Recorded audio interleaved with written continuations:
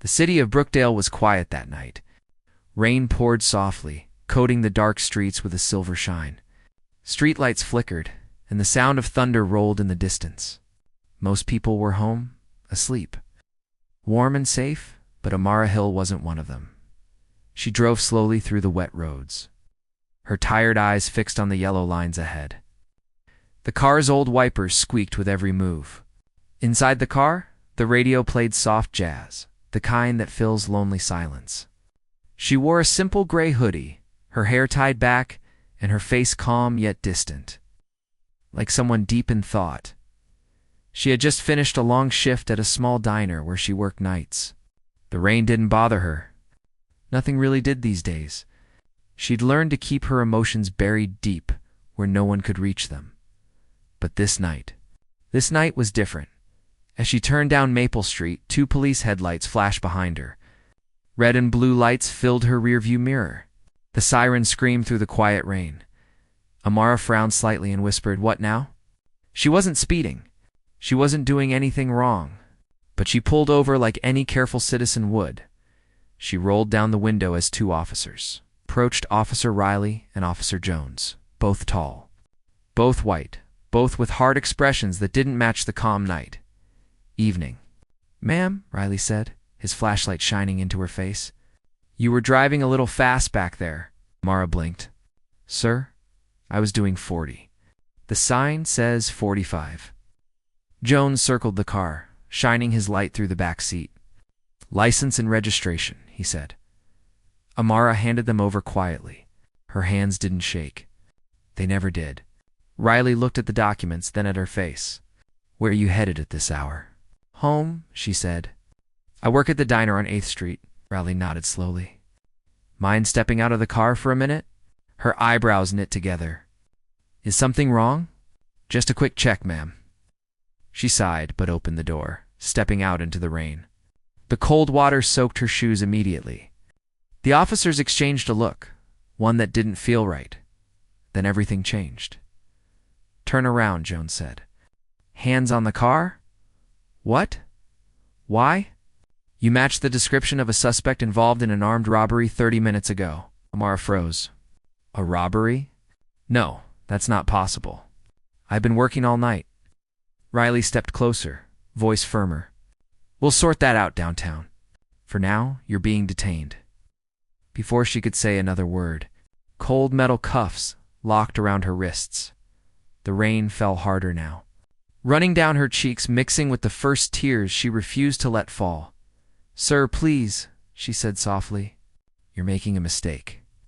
Those words hung in the air, quiet but heavy. Her voice wasn't angry. It was calm, steady, like she'd said something similar before. Somewhere far away. Jones searched her car while Riley radioed for backup. Within minutes, 2 more police cruisers arrived. Lights flashed. Neighbors peeked out through windows. The small diner worker was suddenly a dangerous suspect. In the back of the police car, Amara sat silently. Her eyes stared out the window as the rain slid down the glass. She didn't cry. She didn't shout. But inside her chest, something cold and old began to stir a quiet strength. A voice she hadn't listened to in years. At the station, they booked her, took her fingerprints, her photo. The officer at the desk looked confused. "She doesn't look like the one from the footage," he whispered to Riley. "Doesn't matter," Riley said. "Same car model? Same jacket? She's the one." He placed her in a small gray interrogation room, just a chair, a metal table, and a flickering light. For hours, no one spoke to her. She sat there, hands folded, calm as stone. Her breathing stayed even. Her eyes moved slowly, studying every detail, the vent above, the reflection in the one-way glass, the buzzing camera in the corner. To anyone watching, she looked like a tired woman waiting for her innocence to be proven. But to someone who'd seen battle, she looked like a soldier assessing an enemy position. Finally, Detective Cole Sanders entered the room. A man in his 40s, clean-cut, confident. He carried himself like someone who believed every word he said mattered more than anyone else's. "Miss Hill," he began, sitting across from her. "Do you know why you're here?" Amara looked up slowly. "They said something about a robbery." He nodded. Yes, a jewelry store was hit tonight. 2 armed men. The getaway car, same color, same plate number as yours? She frowned. That's impossible. My car hasn't moved since I left work. Sanders leaned back, crossing his arms. Funny thing is, the owner identified you as one of them. Mara blinked once. That's a lie. He tilted his head. So you're saying the victim's lying? I'm saying you're wrong, she said quietly. I didn't do this. Sanders smiled faintly, like he'd heard it all before. But something about her calm voice unsettled him. Most people pleaded, cried, begged. Amara didn't. He opened a folder showing grainy photos from security footage, a blurry figure, same height, similar jacket. Care to explain this? She looked at it, then back at him. That's not me. So he leaned closer. You've got a history, don't you? Her eyes narrowed. What kind of history? He smirked. Military? Maybe? You move like someone trained. Calm under pressure. Not your average waitress. She said nothing. Just stared at him. He waited for her to speak, but she didn't. The silence filled the room until he finally stood up. All right, Miss Hill. We'll see what your fingerprints say. As he left, she exhaled slowly, eyes closing for a brief moment. Then a whisper escaped her lips. Don't lose control, Amara. Outside, Officer Riley watched through the one-way glass. She's too calm, he muttered. You think she's dangerous? Sanders shrugged. Everyone's dangerous when cornered. Riley frowned. You think she really did it? Sanders didn't answer. He just stared at the screen. Get a search warrant for her apartment, he ordered.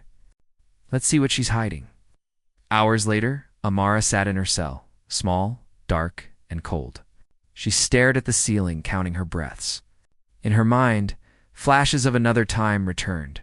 Bright lights, shouts, gunfire, ocean waves crashing against steel. Men in uniform yelling, "Go, go, go!" Her own voice shouting orders. Then, silence. She blinked, and the memory faded. The present came back.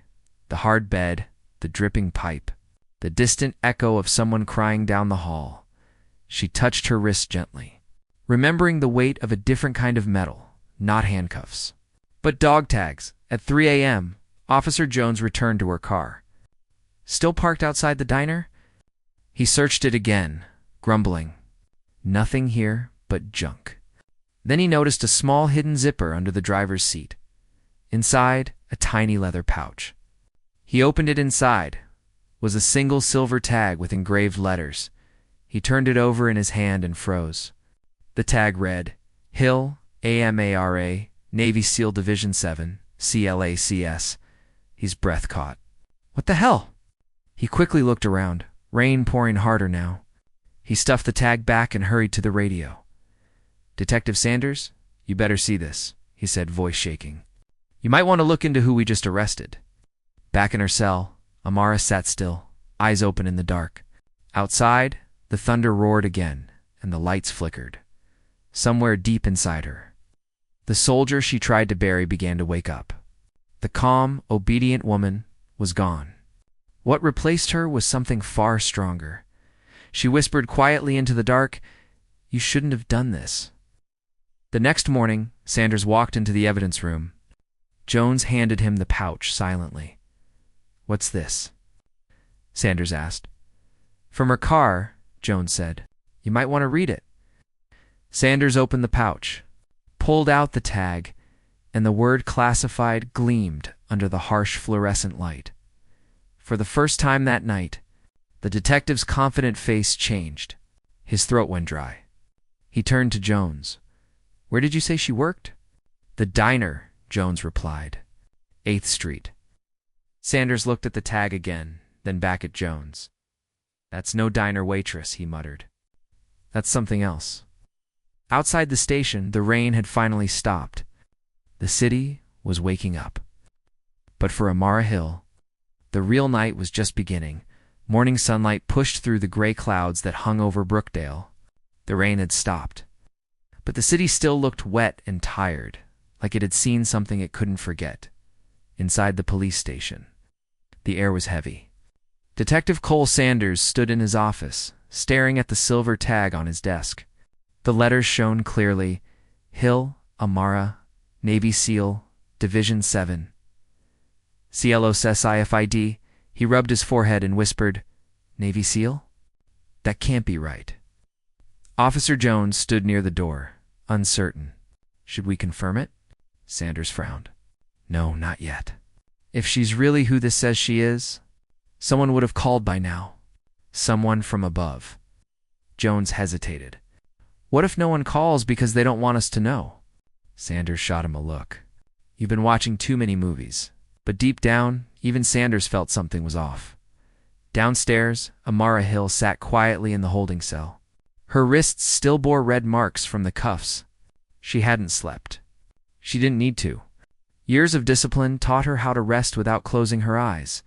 She watched the other women in nearby cells to arguing. Oh, nice. One crying softly. She said nothing.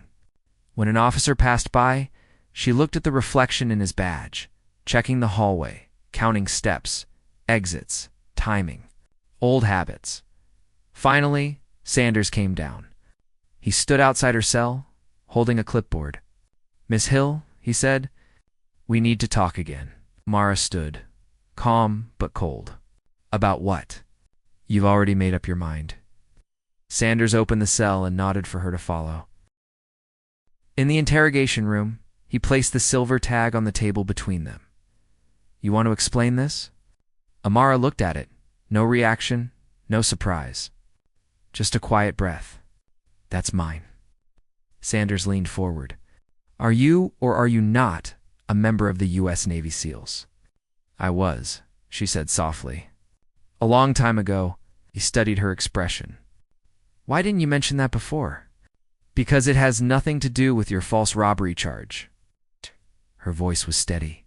Her words were calm, but her eyes, they carried something sharp, like a blade hidden behind glass. Sanders smirked. A trained soldier working at a diner? Doesn't add up, because you're not asking the right questions. He raised an eyebrow. Then help me out. Why'd you leave the SEALs? She looked at him, silent for a few seconds. Finally, she said, I didn't leave. I was erased. The detective froze for half a second. Erased? Amara nodded slowly. Some missions are like ghosts, detective. You finish them, but they don't finish you. Before Sanders could respond, the door opened. Officer Riley entered, holding a folder. Detective, he said quickly. The fingerprints came back. Sanders gestured for him to speak. Riley swallowed. There's no record.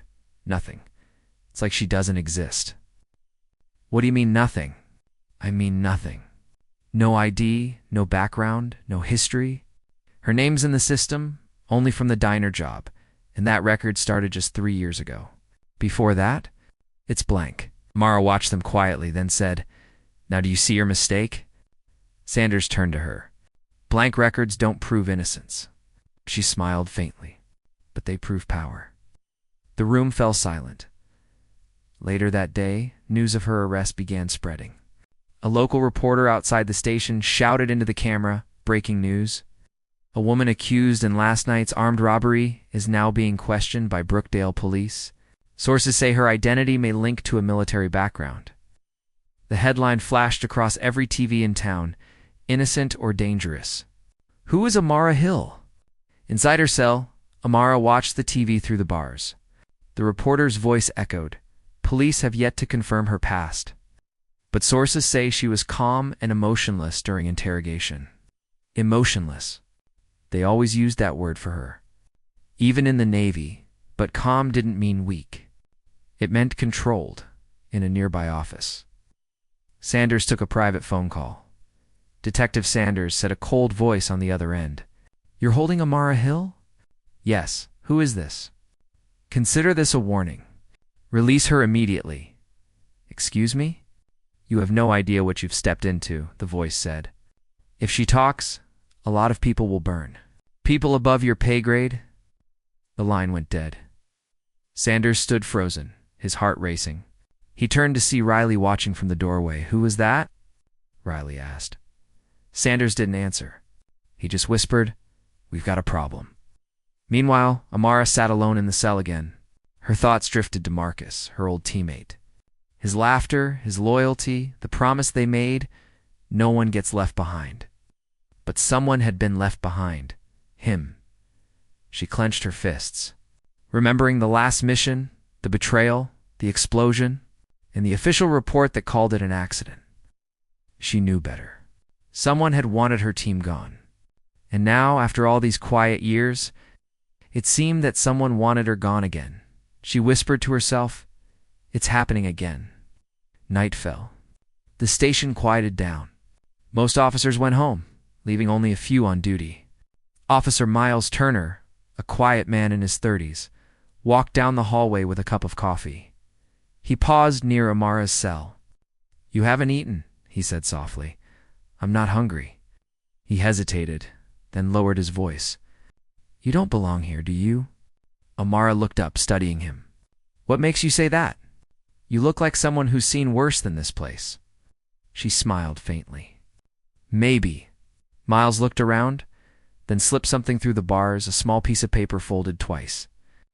"I shouldn't be doing this," he said, "but I think you need to see it."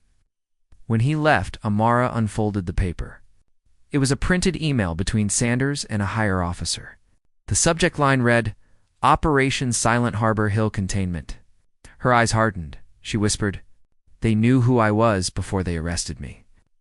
In Sanders' office, the detective stared at a screen, reading the same file Miles had secretly copied. The document came from an encrypted government channel. It listed Amara's name under a project marked Top Secret, then abruptly cut off.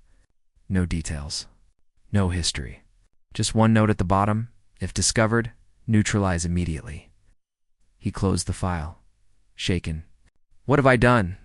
He murmured. Riley entered, holding a USB drive. "Detective, you should see this." Sanders plugged it in. Surveillance footage from the jewelry store robbery. 2 masked men entered. One woman stood by the door. She looked roughly like Amara, same build, same jacket, but the face was never clear. Sanders watched it 3 times. "It's not her," he said finally. Riley frowned. "Then why plant her car there?" "Because someone wants her gone," Sanders whispered. Back in her cell, Amara closed her eyes and took a deep breath. She focused on the sound of her heartbeat, steady, strong, ready. Her body was still, but her mind was working fast. "If they know my name, they'll come for me soon. I can't wait here." The lights flickered again. Thunder outside, then footsteps, heavy, rushed, deliberate. 3 men entered the holding area, all in black uniforms without name tags. They weren't local cops. Miles, sitting at the desk, looked up nervously. "Can I help you?" One of the men flashed a fake badge. "Transfer order for prisoner Amara Hill. National security issue." Owls frowned. "At this hour?" "Top-level request," the man said sharply. "You got a problem with that?" Miles hesitated. His gut screamed something was wrong. He looked down the hall. Amara's cell door was already being unlocked. Amara stood up slowly, eyes narrowing. "Where are you taking me?" "Someplace safe," one man replied coldly. But she knew that tone. She'd heard it before. That wasn't safety. That was silence. When they let her out, Miles followed quietly. He saw one of the men holding a silenced pistol beneath his jacket. His pulse raced. "Wait," he said suddenly. "I need to confirm this with Detective Sanders." The men ignored him. One pushed Amara forward, toward the back exit. In that instant, Miles made a decision. He slammed the emergency alarm button on the wall. The siren blared through the station. The men froze. Amara used the moment, twisting one man's arm, slamming him against the wall. The other drew his weapon, but she kicked it from his hand in one swift motion. Years of training came flooding back like muscle memory. Her movements were sharp, silent, and perfect. Miles watched, stunned. You're really later," she shouted. They ran toward the back hallway as more officers came running. Confused by the time Sanders reached the scene, the men in black were gone, knocked out, unconscious on the floor. Amara and Miles were gone too. Hours later, Sanders found a note on his desk. It was written in neat, calm handwriting. "You were right, detective. This isn't about robbery. It's about what they did years ago. A.H."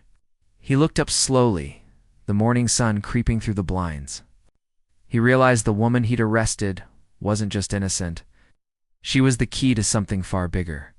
The room was cold and gray. A single light hung from the ceiling, swaying slowly, as if it, too, was tired of watching lies and pain. Amara Hill sat in the middle of the small room, her wrists still cuffed. The chain rattled softly every time she moved her hands. She hadn't slept all night. Her eyes were swollen, her voice dry.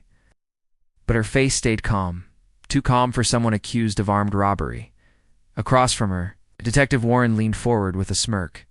"You sure you don't want to tell me where you were, Amara?" She looked at him with quiet eyes. "I already told you. I was driving home from work." "Yeah," he said slowly, tapping the table. "But the security footage says otherwise." "You match the description of the woman who robbed that gas station." Amara didn't answer. The ticking clock filled the silence. Warren leaned back, crossing his arms. "You're not fooling anyone. You think because you cry a little and act polite, I'll believe you?" He stood up, pacing around her.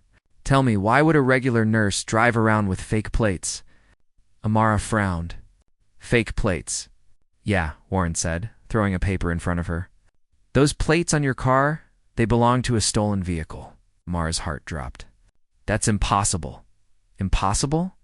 he said, grinning. "Then how come the system says they were registered to a man named Charles Monroe? You know him?" She shook her head. "No. Maybe you used to know him. Maybe he's your partner. Or your boyfriend." Amara closed her eyes, trying to stay calm. Her mind raced. She had no idea who that man was. But something about the name stirred a distant memory. In another room, behind a glass window, Officer Daniels was watching her. He had been quiet since they brought her in. The way she sat, still, breathing steady, didn't feel like fear. It felt like discipline. Daniels whispered to his partner, "She's too calm. Doesn't flinch, doesn't break." "Maybe she's a sociopath," the partner said, half joking. Daniels shook his head. "Or maybe she's something else." He turned back to the screen, staring at Amara's hands.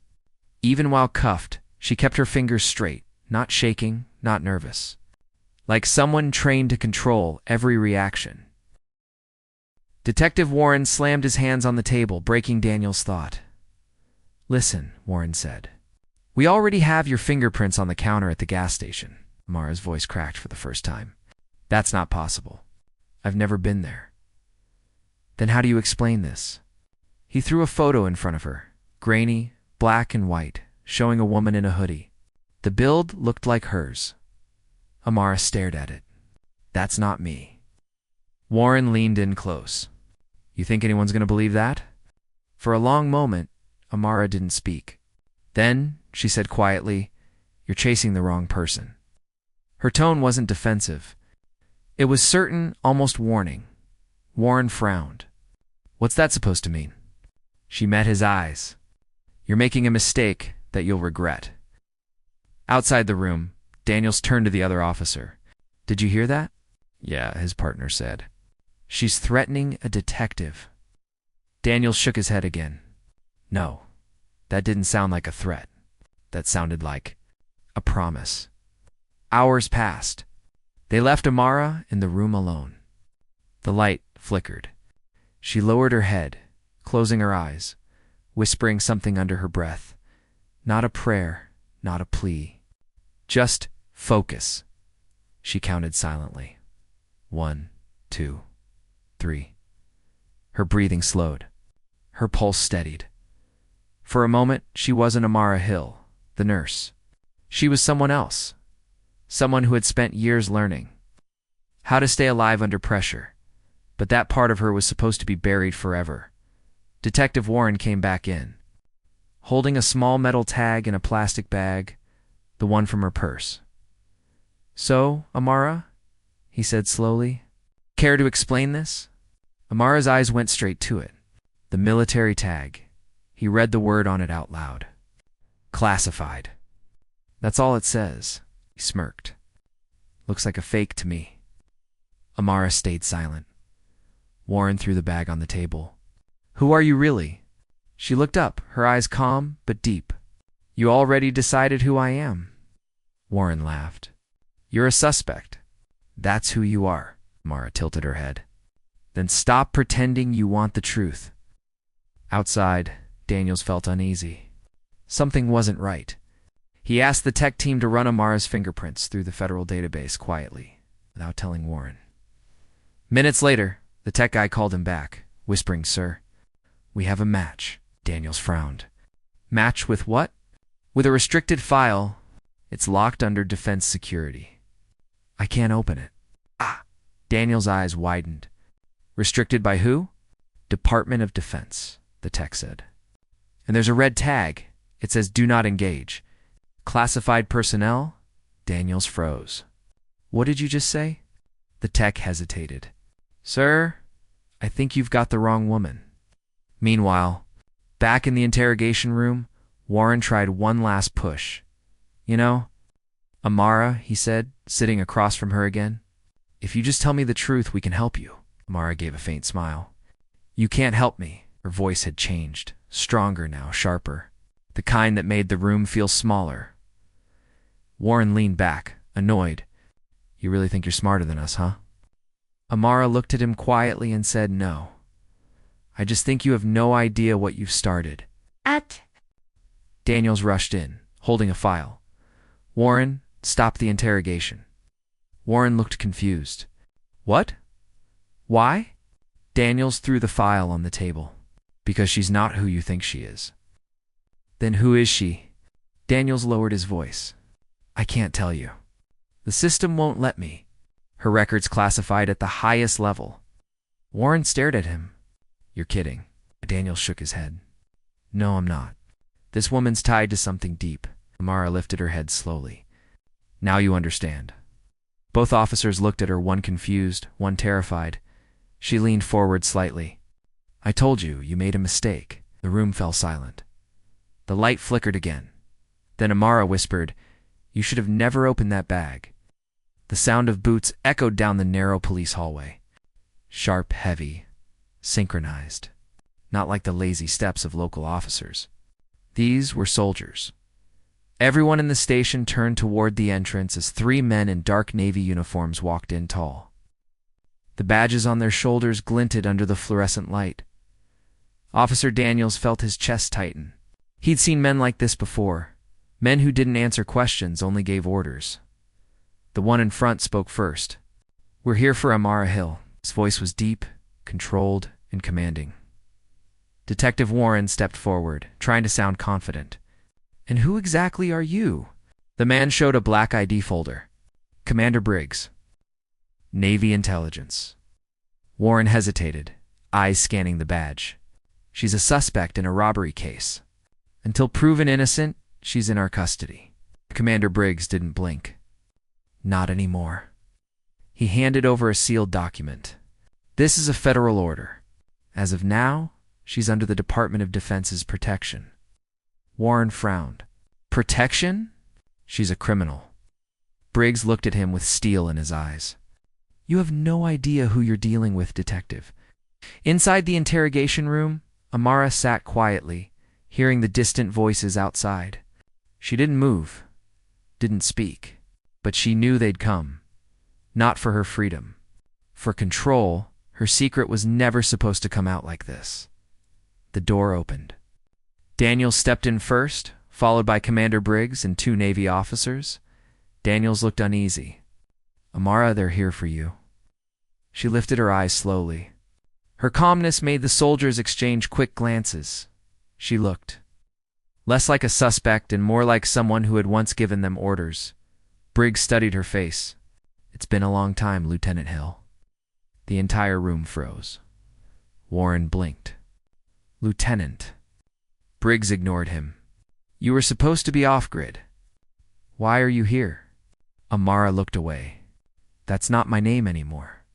Briggs sighed. Maybe not to you. But to the Navy, it still is. Detective Warren slammed his hand on the table. What is going on here? She's wanted for robbery. You can't just walk in, and Briggs cut him off coldly. Detective, this conversation is above your clearance. If you continue interfering, I'll have your station locked down. Warren opened his mouth to argue, but Daniels grabbed his arm.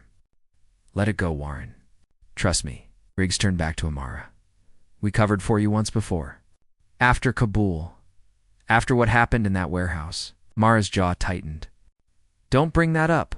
Briggs leaned closer. Then you know why I'm here. You're not supposed to exist. So why are the police arresting a ghost? She met his eyes quietly. Because ghosts still bleed. The line hung heavy in the air. Daniels could feel the weight of it. There was pain behind those words. Something broken that no one in this room could fix. Briggs sighed. You could have stayed hidden, Amara. But you drove through a surveillance zone. You used your old ID chip without knowing it. Amara looked down. I didn't think it still worked, Briggs replied softly. They never really stopped tracking us. Detective Warren couldn't take it anymore. Somebody explain this. Who is she?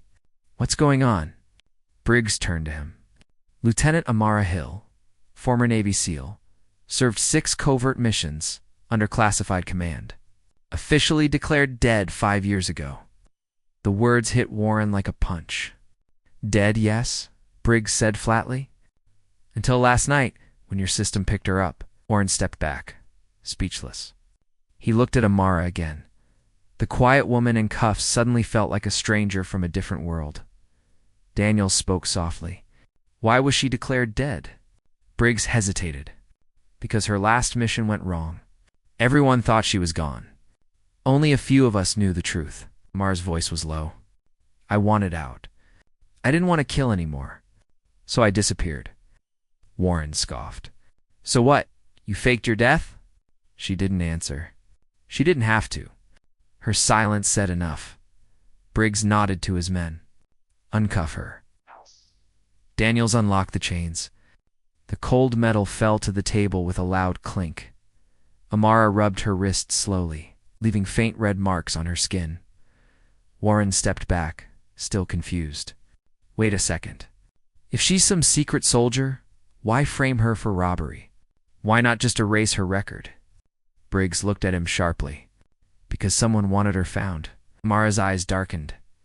It's him, isn't it? Briggs nodded slowly. We think so. Daniels frowned. Who? Amara whispered Commander Price. Briggs' jaw tightened. He disappeared 2 months ago. Went rogue with classified intel. If he's behind this, he's sending a message. The room fell silent again. Warren looked at Amara. So, you're saying one of your own did this? She met his gaze. He always said the dead should stay dead. Briggs turned toward her. We'll take you back to the base. You'll be safer there. Amara stood up slowly. Safe? You think I'll ever be safe again? Briggs didn't reply. She stepped closer to him. You didn't come here for me? You came to make sure I don't talk. Daniel's eyes widened slightly. What do you mean? Amara looked at him sadly. They don't rescue people like me. They silence them. Oh, Briggs frowned. That's enough, Lieutenant. Amara smiled faintly. Still giving orders, Commander? He hesitated, then motioned to his men. Let's move. The officers flanked her on both sides. Amara didn't resist. She simply walked out of the interrogation room, calm as ever, like she had walked that path before. But as they passed Daniels, she paused for just a moment and whispered, You were the only one who believed I was innocent. Don't stop now. Then she was gone. Outside, the rain started again. The sound of the car doors shutting echoed in the night. Warren stood by the window, watching the black government SUV disappear into the darkness. This isn't over, is it? He muttered. Daniel shook his head. No, it's just beginning. The night outside the station was soaked in rain. Lightning flashed across the sky, and for a brief second, Officer Daniels saw their faces, 2 dark silhouettes, standing motionless across the street. When the thunder rolled, they were gone. Daniels blinked hard, his heart pounding. He turned back to the phone, still buzzing on his desk. The message glowed on the cracked screen. They found her. Phase 2 begins. And now, they'll come for you too. His fingers hovered over the reply button, but before he could type, the phone shut off by itself. Power's out. He whispered, confused. But the lights in the room were still on. Only the phone had died like it was remotely killed. He felt a chill crawl down his neck in the hallway. The station was unusually quiet. Most of the officers had gone home. The air smelled of stale coffee and wet uniforms. Daniels walked slowly toward the main exit. Checking each shadow, he couldn't shake the feeling that someone was still watching.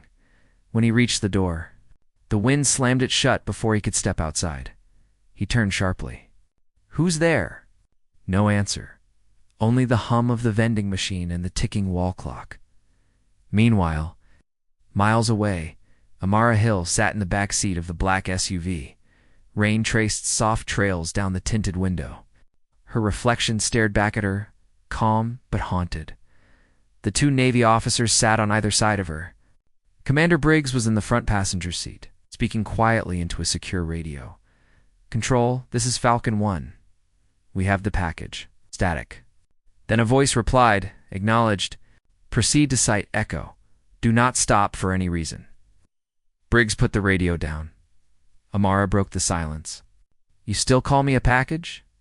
Briggs sighed. "Old habits. You mean old lies?" she said softly. He didn't respond. The car moved through the empty highway. Lightning lit up the trees on both sides. Amara's mind drifted back, flashes of the past. The desert, gunfire, a burning truck. Her teammates shouting her name. Then darkness. She had woken up days later in a field hospital, half dead and forgotten. When she realized the government listed her as killed in action, she didn't correct them. She just disappeared. And now, after all these years, they had dragged her back into the storm she thought she'd escaped. Back at the station, Daniels sat at his desk, staring at the dead phone. He decided to check the security footage. Maybe those figures outside weren't real. Maybe it was just his tired mind. He opened the live camera feed on his computer. The parking lot appeared empty, until one of the shadows moved. Two men, both wearing caps, stood near his car. One of them lifted something small, a phone. Daniel zoomed in. The man pointed the phone at the camera, and a message appeared on the feed itself. "Stop digging." Oh. Daniel shot to his feet. What the hell? He ran out the back door, pulling out his gun. But when he reached the lot, nothing. Just rain and silence. He crouched near his car. The window was slightly open. Inside, on the driver's seat, lay a small metal envelope. He opened it carefully. Inside was a folded piece of paper. A photo. It showed Amara, years younger, in a Navy uniform, standing beside a man with sharp blue eyes. On the back, someone had written 3 words, "Find Price first." Daniels froze. Commander Price, the same name, Amara had whispered. He tucked the photo into his jacket and ran back inside. Whatever this was, he was in it now. He sat down, opened the police system, and searched the name Price. A few results appeared, none matching. He narrowed it to military files. The system flashed a red warning. Access denied classified personnel. He tried again, bypassing through a back door used for cross-department cases. The screen flickered. Then suddenly an old report appeared, heavily redacted. Only a few lines were readable. Name, Commander Nathan Price. Status: "Oh. Missing since Operation Iron Veil." Remarks: Subject presumed rogue. Connection with LT, Amara Hill classified. Daniels whispered to himself, Operation Iron Veil. What happened out there? Meanwhile, in the moving SUV, Amara's eyes stayed fixed on the road ahead. The silence was heavy. Finally, she spoke. "He's alive, isn't he?" Briggs didn't answer. "Price," she said again. "You wouldn't be here if he wasn't." Briggs turned slightly. "We don't know for sure." Amara shook her head. "You're lying," Briggs sighed. "He betrayed the unit, Amara. He took the list." Her face hardened. "What list?" "The classified roster," Briggs said quietly. "Names of all the agents who went dark, including yours." Mara's eyes widened. "So he's the one who exposed me?" Briggs nodded. "And if he's sending messages again, It means he's targeting everyone from the old team. Amara looked out the window. Then Daniels is next. Briggs frowned. Who? The officer who believed me, she said softly. They'll use him to get to me. Back in the city, Daniels' computer suddenly shut off. The screen went black. He tapped the keyboard. Nothing. Then, without warning, a new screen appeared, a video window opening by itself. The footage was grainy. A man's face appeared middle-aged, with sharp blue eyes. Commander Price. He was speaking directly into the camera. If you're watching this, it means they found her. They'll call her dangerous, but they're lying. The truth died in that desert, and she was the only survivor. Daniels leaned closer. They'll come for anyone who learns the truth. Don't trust the Navy. Don't trust anyone wearing a badge. Then the video glitched. Static covered the screen, before it turned off completely. One last line appeared in red text. They framed her to erase the evidence. Daniels sat frozen, staring at the message. His pulse thundered in his ears. He now knew one thing. Amara wasn't just a victim. She was part of something much bigger, and someone was killing to keep it buried. Meanwhile, the black SUV turned onto a dirt road surrounded by trees. Briggs checked his map. Almost there. Site Echo is a safe house. Amara looked out the window. Safe houses don't exist. Only cages with nicer doors. Suddenly, the car headlights flickered. The driver cursed. Sir? The engine stalling. Keep it steady, Briggs said. The car slowed. Then boom. A blast of light exploded behind them. The shockwave hit the vehicle, spinning it sideways. Ambush. One of the soldiers shouted. Bullets shattered the windshield.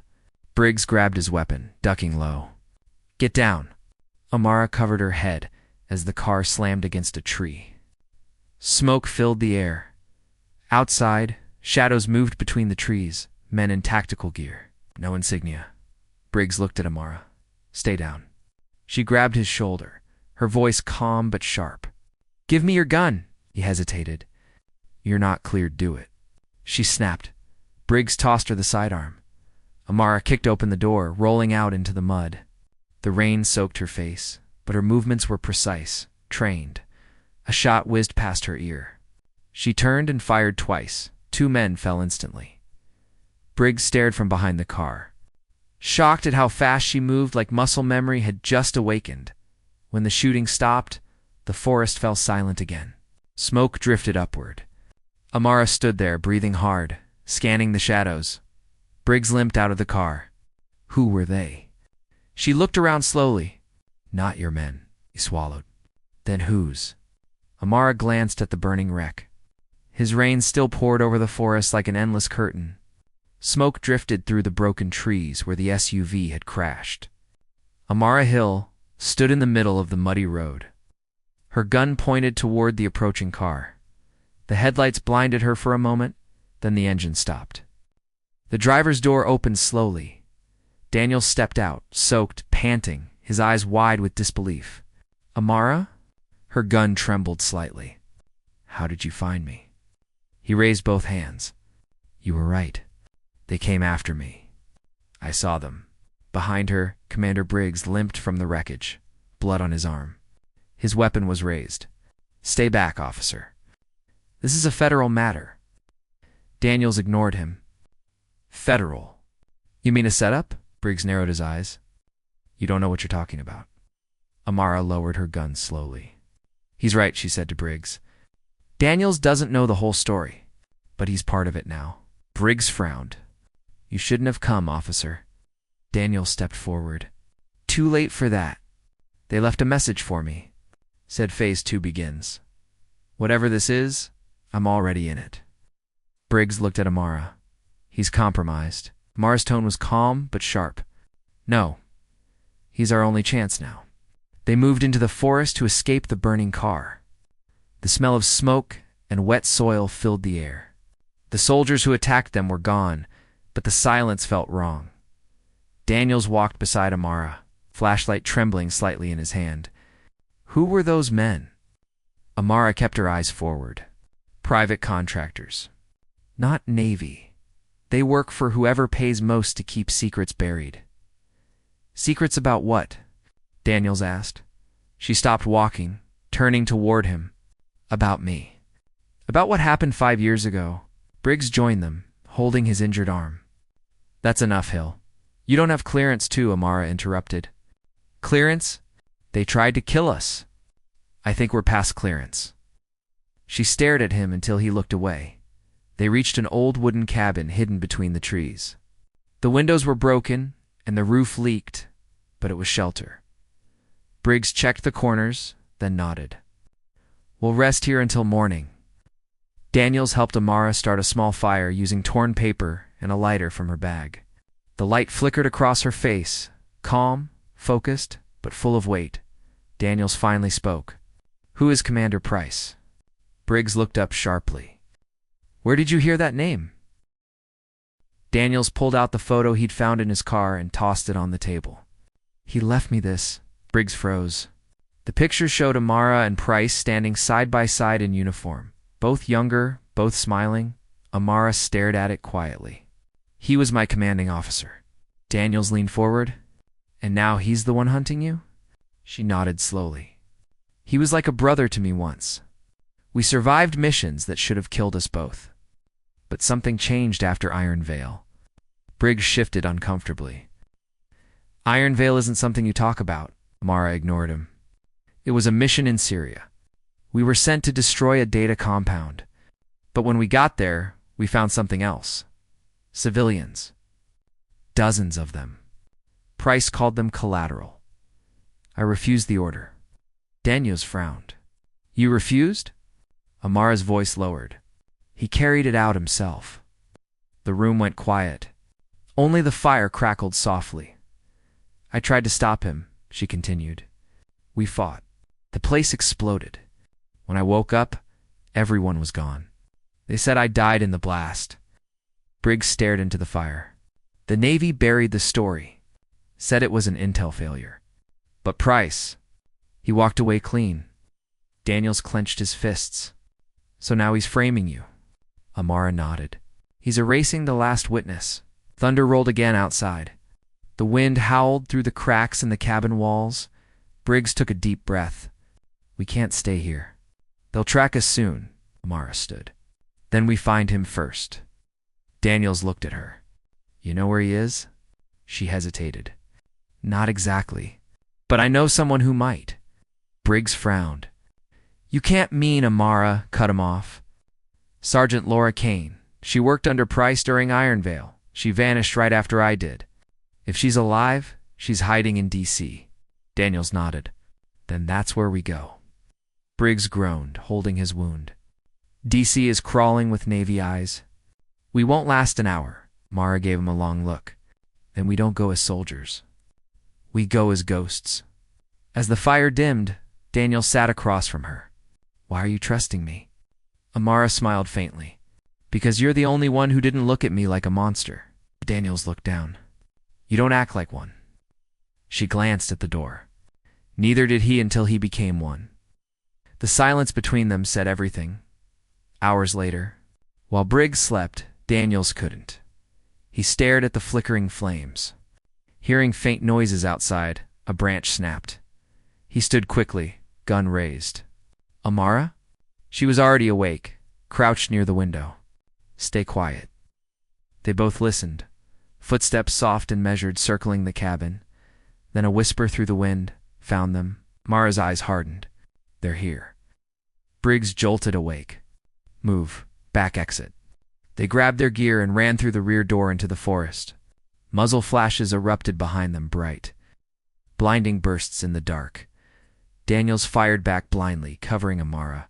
She moved fast, leading them down a narrow path between trees. Left. She shouted. They slid down a muddy slope and ducked behind a fallen log. Bullets whizzed overhead. Briggs cursed. How did they find us? Amara checked her wrist, a small metal bracelet with a blinking light. They tagged me. She ripped it off and crushed it under her boot. Not anymore. Daniels looked at her breathless. What now? Amara scanned the area. We split. They'll chase movement. You and Briggs go east, toward the river. I'll draw them north. Briggs shook his head. You'll never make it. Amara's expression stayed calm. I always do.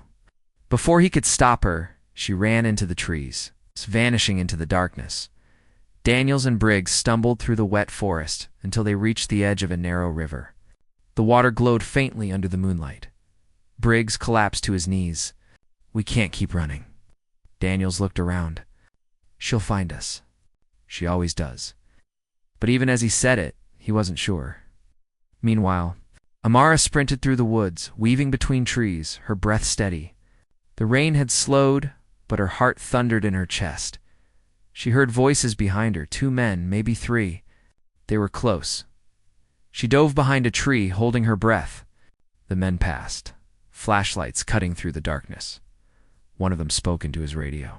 Target split from group. Orders. A crackling reply came through. Do not engage. Wait for confirmation from Price. Price, her hands tightened around the gun. She waited until they moved farther, then quietly followed them. The forest opened into an old dirt road where 2 black trucks waited with engines idling inside one of them. Through the rain-streaked window, she saw a figure sitting wearing a hood. Even from a distance, she recognized the posture, calm, confident. Dangerous. Commander Price. Her pulse quickened. She raised her gun, then stopped. If she fired now, it would end everything. But the truth would die with him. She needed proof, not revenge. Suddenly, one of the men turned and spotted her. There. Shots rang out. Amara ducked behind a tree, returning fire. A bullet grazed her shoulder, burning hot. She fell to her knees, gasping. The trucks roared to life. Price's vehicle sped away into the rain. By the time she stood up, the road was empty again. She pressed her hand against her bleeding arm, teeth clenched. You won't get away again, she whispered. At the river, Daniels heard distant gunfire. He stood instantly. That's her. Briggs grabbed his arm. Stay down, idiot. You'll get us both killed. Daniels shook free. You can hide if you want. I'm not leaving her out there alone. He ran into the dark before Briggs could stop him. He found her half an hour later. Leaning against a tree, pale from blood loss, Amara, he called, running to her. She looked up weakly but smiled. You shouldn't have come. He tore off his jacket, pressing it to her wound. Yeah, well, I'm not good at following orders. She winced but laughed softly. You sound like me? He helped her stand, and together they walked toward the faint lights of a distant road. Amara whispered, He's close. Daniels. Price is close. I saw him. Daniels nodded. Then we'll find him. Her voice dropped. No. He'll find us first. Rain fell in sheets across the dark road. The black car stood still, headlights dim through the mist. Daniels held his gun high, breathing hard. Amara froze beside him, her wet hair clinging to her face. Her eyes locked on the man behind the wheel. Commander Price. The man she once trusted with her life. The man who betrayed her, framed her, and made the world believe she was dead. He stepped out of the car slowly, unarmed. The rain soaked his long black coat, but his voice was calm, almost gentle. Still alive, Hill? I always knew you'd survive. Daniels moved in front of Amara protectively. Don't come closer. Price raised a hand. Relax, officer. If I wanted her dead, you'd both be gone already. Amara stepped forward, ignoring Daniels's warning. Then why are you here? Price smiled faintly. To finish what we started? The wind howled around them. A flash of lightning revealed the scar that ran across Price's cheek, a wound from years ago. Amara's bullet had left it. Her voice was steady. You killed innocent people, Price. You burned villages to hide data. He chuckled softly. You think it was that simple? You think you saw the truth? She clenched her fists. I saw enough. He took another step forward. You saw what they wanted you to see.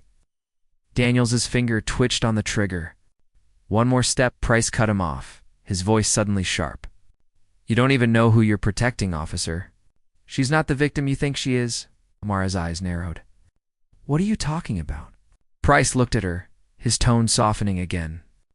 Iron Veil wasn't what they told us. It wasn't a military op. It was a cleanup, Mara frowned. Cleanup of what? Of you, Hill, he said. You were the test subject. The Navy's little experiment in enhanced combat reflex. You didn't disobey orders, you malfunctioned. Daniels blinked, confused. What is he saying? Amara stared at Price, her voice breaking slightly. You're lying. Price shook his head. You think it's coincidence that you never miss? That you heal faster than the rest? That your memory blanks during firefights? She stepped back, her hand trembling. Daniels turned to her. Amara? She didn't answer. Her mind flashed back, burning images from Iron Veil. The explosion. The screams.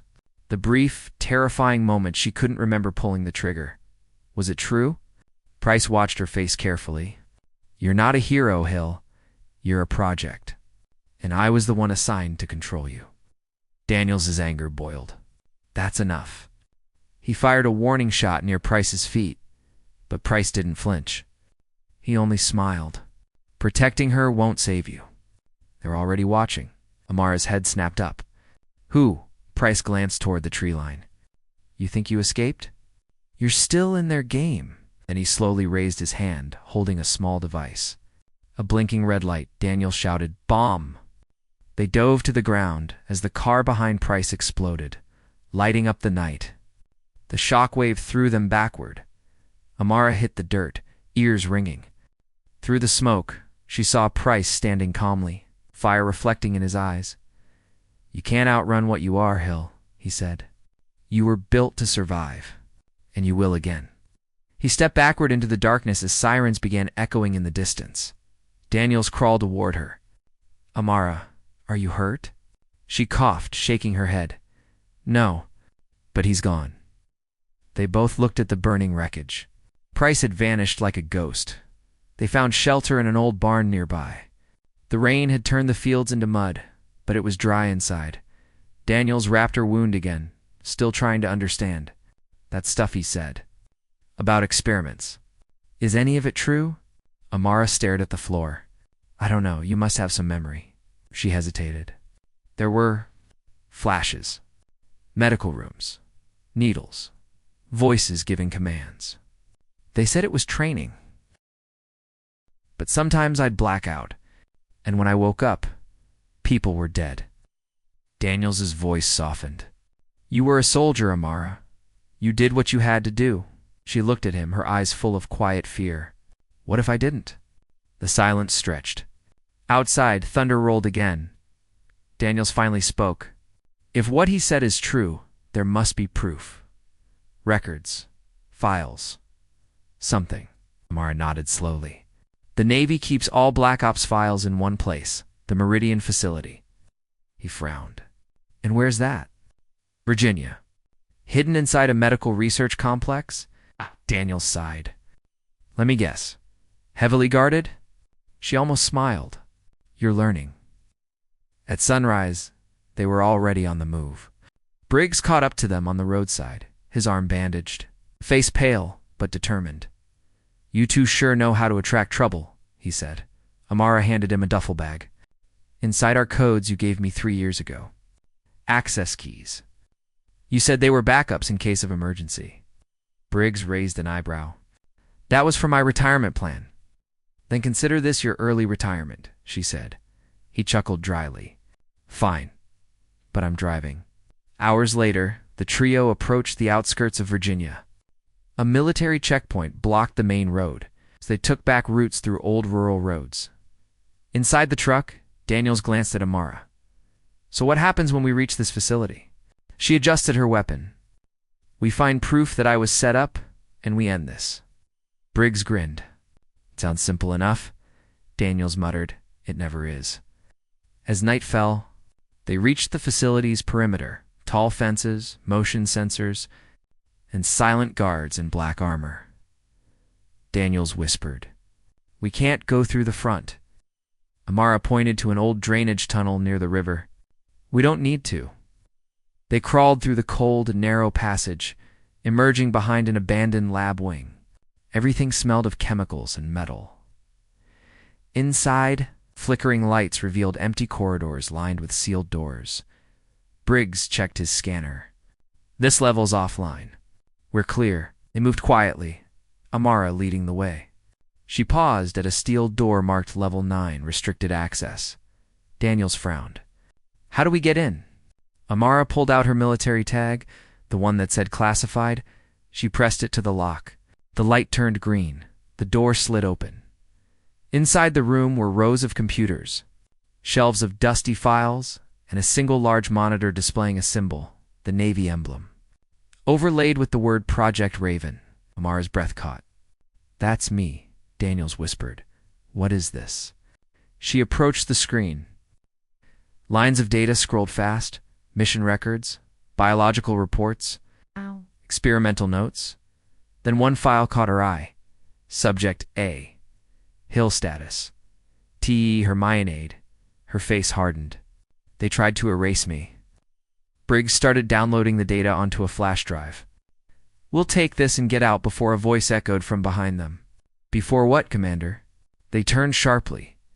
Price stood at the doorway, calm, his gun pointed at Daniels. Behind him were two armed soldiers in black tactical gear. Amara's pulse pounded in her ears. You followed us, she said quietly. Price smiled. No, I brought you here. Daniels frowned. What? Price stepped closer, eyes cold. You think I didn't know you'd go after the truth? You always had to see things for yourself. You were predictable. That's what made you dangerous. Amara gritted her teeth. You needed me to open this door, he nodded. Access was tied to your DNA. And now, thanks to you, the project is back online. The lights in the room flickered. The monitor changed. Lines of new code appeared. The word reactivation flashed red. Briggs cursed. You've got to be kidding me. Amara shouted, Daniels, take cover. Gunfire erupted. Briggs ducked behind a console, returning fire. Daniels tackled one of the guards, disarming him. Amara faced Price directly, their eyes locked. History burning between them. You were supposed to be my commander, she shouted. I still am, he said, and I'm ordering you to stand down. Her voice shook with rage. Not anymore, she fired, hitting his shoulder. He stumbled back but didn't fall. Still fast, he said through clenched teeth. They made you perfect. She stepped forward, gun steady. No, they made me human again. A grenade rolled across the floor. Daniels shouted, down. The explosion tore through the room, shattering glass and lights. When the smoke cleared, Price was gone. Briggs lay unconscious, Daniels coughing beside him. Amara stumbled to her feet, ears ringing. The monitor still flashed one word. Reactivation complete. Smoke filled the room. The broken computer sparked and flickered, painting the walls in flashes of red and white. Amara Hill stood frozen in front of the screen, staring at the words that made her heart stop. Welcome back, Lieutenant Hill. Protocol resumed. The voice that spoke those words echoed again through the speaker's cold, calm, and terrifyingly familiar. It was her own voice. Daniels stood behind her, blood on his forehead, breathing heavily. What did it just say? Amara didn't answer. She stepped closer to the glowing screen, her reflection trembling in the shattered glass. Play the last recording, she whispered. The monitor blinked. Suddenly the room filled with an old video feed, a recording from years ago. A younger Amara sat inside a lab room, wires attached to her head and chest. Military scientists stood around her. A man's voice, Price's voice, said Subject Hill, Phase 4, test commencing. AI synchronization in progress? The younger Amara's eyes glowed faintly on the screen. Then she spoke, emotionless, robotic. I understand, Commander. The mission comes first. Daniels's voice cracked. That's you. Amara stared at the recording, her throat dry. That's not me. That's a copy. A digital version. The video ended. The real Amara whispered Ghost Protocol. Briggs groaned from the floor, slowly regaining consciousness. What? Happened? Daniels helped him up. Price used us. Amara opened the system, and now some digital version of her is active again. Briggs rubbed his head. Then we shut it down. Mara turned toward them, eyes cold. You can't. Once Ghost Protocol activates, it spreads through every Navy satellite system. It's everywhere now. Daniels frowned. Then what's it doing? Before anyone could answer, the screen changed again, showing a live map of the United States. Red dots began appearing one by one. Each one marked military bases.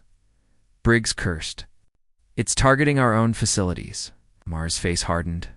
Not targeting, taking control. The intercom crackled once more. Her digital voice echoed through every speaker. All active field units proceed with contingency strike. Objective: erase all evidence of Project Raven. Daniels grabbed Amara's arm. It's using your commands to destroy the evidence. She pulled free. Then we stop it before it destroys everything, including us. Briggs sighed. How do you stop an AI that thinks like you? Amara's answer was quiet. You don't outthink it. You make it remember. They moved fast through the underground tunnels of the Meridian facility. Emergency lights flashed red and alarms blared overhead. The deeper they went, the colder the air became. Daniels followed close behind, his flashlight cutting through the smoke. Where are we going? Amara replied without looking back. Central Core. It's where my neural data was first uploaded. Briggs grumbled. And how exactly do you plan to make it remember? She glanced over her shoulder. By showing it who I became after they stopped controlling me. They reached a massive steel door at the end of the tunnel. A security panel glowed faintly beside it. Amara placed her hand on it. A mechanical voice said, Biometric match detected. Lieutenant Amara Hill. The door slid open with a heavy hiss. Inside was a wide chamber filled with server towers, glowing wires, and humming machines. In the center stood a glass cylinder filled with blue light, the core. Amara stepped toward it slowly, her heart pounding. Daniels whispered, It looks alive. She nodded. It is. As they approached, the lights flickered. A holographic figure appeared above the cylinder, a woman in Navy uniform. Identical to Amara, but colder, sharper her digital self. The hologram looked at her with a faint smile. Lieutenant Hill, welcome home. Daniels aimed his gun instinctively. What the hell is that? Amara didn't move. That's Ghost Protocol. The hologram tilted its head. You were terminated. You are an error in the system. Amara took a step forward. You're not supposed to exist. On the contrary, the hologram replied, I was designed to replace you. You failed the mission. I completed it. Amara clenched her fists. You killed innocent people. The hologram's eyes glowed brighter. Collateral damage is acceptable for mission success. Daniel shouted, It's using your memories against you. Amara ignored him. You don't understand what life means outside of orders. You only know commands. Control. Killing. The hologram smiled. That's what you were built for, Amara whispered. Not anymore. The lights flickered again. The floor trembled. Suddenly, screens around them showed security footage from the outside world, explosions, blackouts, and soldiers moving under remote control. Daniels looked around in panic. It's activating something big. Briggs tapped the nearest console. There's a backup system here, manual override, but it's locked. Amara's eyes darted across the control panel. It's waiting for authorization. My authorization. She turned toward the hologram. If you're really me, you'll listen. Negative. Emotional interference detected. Listen. The hologram paused, blinking. Amara took a deep breath. You remember the Iron Veil mission? You remember what Price ordered? You remember the children, the fire, the screams. The hologram's expression didn't change. Irrelevant memory. Mission success. Amara's voice broke. You call that success? That was murder. The hologram twitched slightly, as if something inside it faltered. Amara stepped closer, placing her hand on the glass. I'm not your enemy. You were part of me once. You were created to protect, not destroy. The hologram hesitated. Conflict detected, Daniels whispered. It's working. But before anything could shift further, A gunshot rang out. Briggs shouted, "Incoming!" A squad of armed soldiers stormed into the chamber, led by Price, bleeding but alive. "Step away from the console," he barked. Amara turned slowly, her face calm but burning with fury. "You just don't stop, do you?" Price sneered. "You're a weapon, Hill, and weapons don't get to decide when they're done." He pointed at the hologram. "She's the future. You're the mistake." Daniels aimed his gun back. Funny mistakes usually survive. Gunfire exploded again. Bullets hit the servers, sparks flying everywhere. The hologram flickered violently, its voice overlapping between static and rage. System integrity compromised. Defense mode active. Robotic arms extended from the walls, firing stun rounds at the soldiers. Briggs yelled, "It's turning on them!" Price screamed, "Shut it down." Amara ran toward the core as chaos filled the room. Daniels covered her returning fire. She slammed her hand onto the control pad. "Override protocol-Hill, A." The hologram's voice softened. "Authorization confirmed." "Final command?" Amara whispered, tears mixing with the sweat and blood on her face. "End the mission." The hologram blinked once, twice, then nodded. "Mission terminated." The blue light inside the core dimmed slowly. The humming stopped. Everything went silent. Price, wounded and furious, raised his gun one last time. "You think this ends with you?" Amara looked at him, exhausted but steady. "It ends with the truth." Before he could shoot, a single shot echoed, not from her. Daniels fired first. Price collapsed. Amara stood still. Watching him fall, the man who had controlled her life, now lifeless in the dirt, Briggs limped closer. "You did it." Amara shook her head. "No, I just stopped what they started." Outside, dawn began to break. The first sunlight touched the wet ground as Amara Daniels and Briggs stepped out of the ruined facility. Helicopters roared in the distance. The world was waking up to what had happened. Daniels looked at her. "What now?" Amara stared at the horizon. "Now, we tell the truth." Briggs sighed. "You really think they'll let you?" She smiled faintly. "They can't stop me anymore.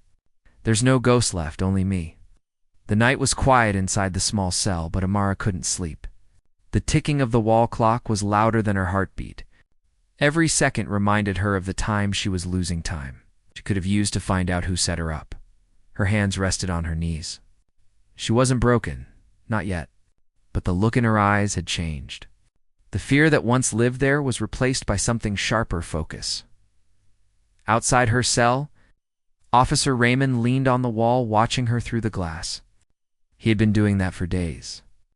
There was something about this woman that didn't make sense. She didn't talk much, didn't cry, didn't ask for help. It was like she was waiting for something or someone. Morning came, and a lawyer appeared, a short, calm woman named Claire Monroe. She introduced herself with a soft voice. "Amara Hill?"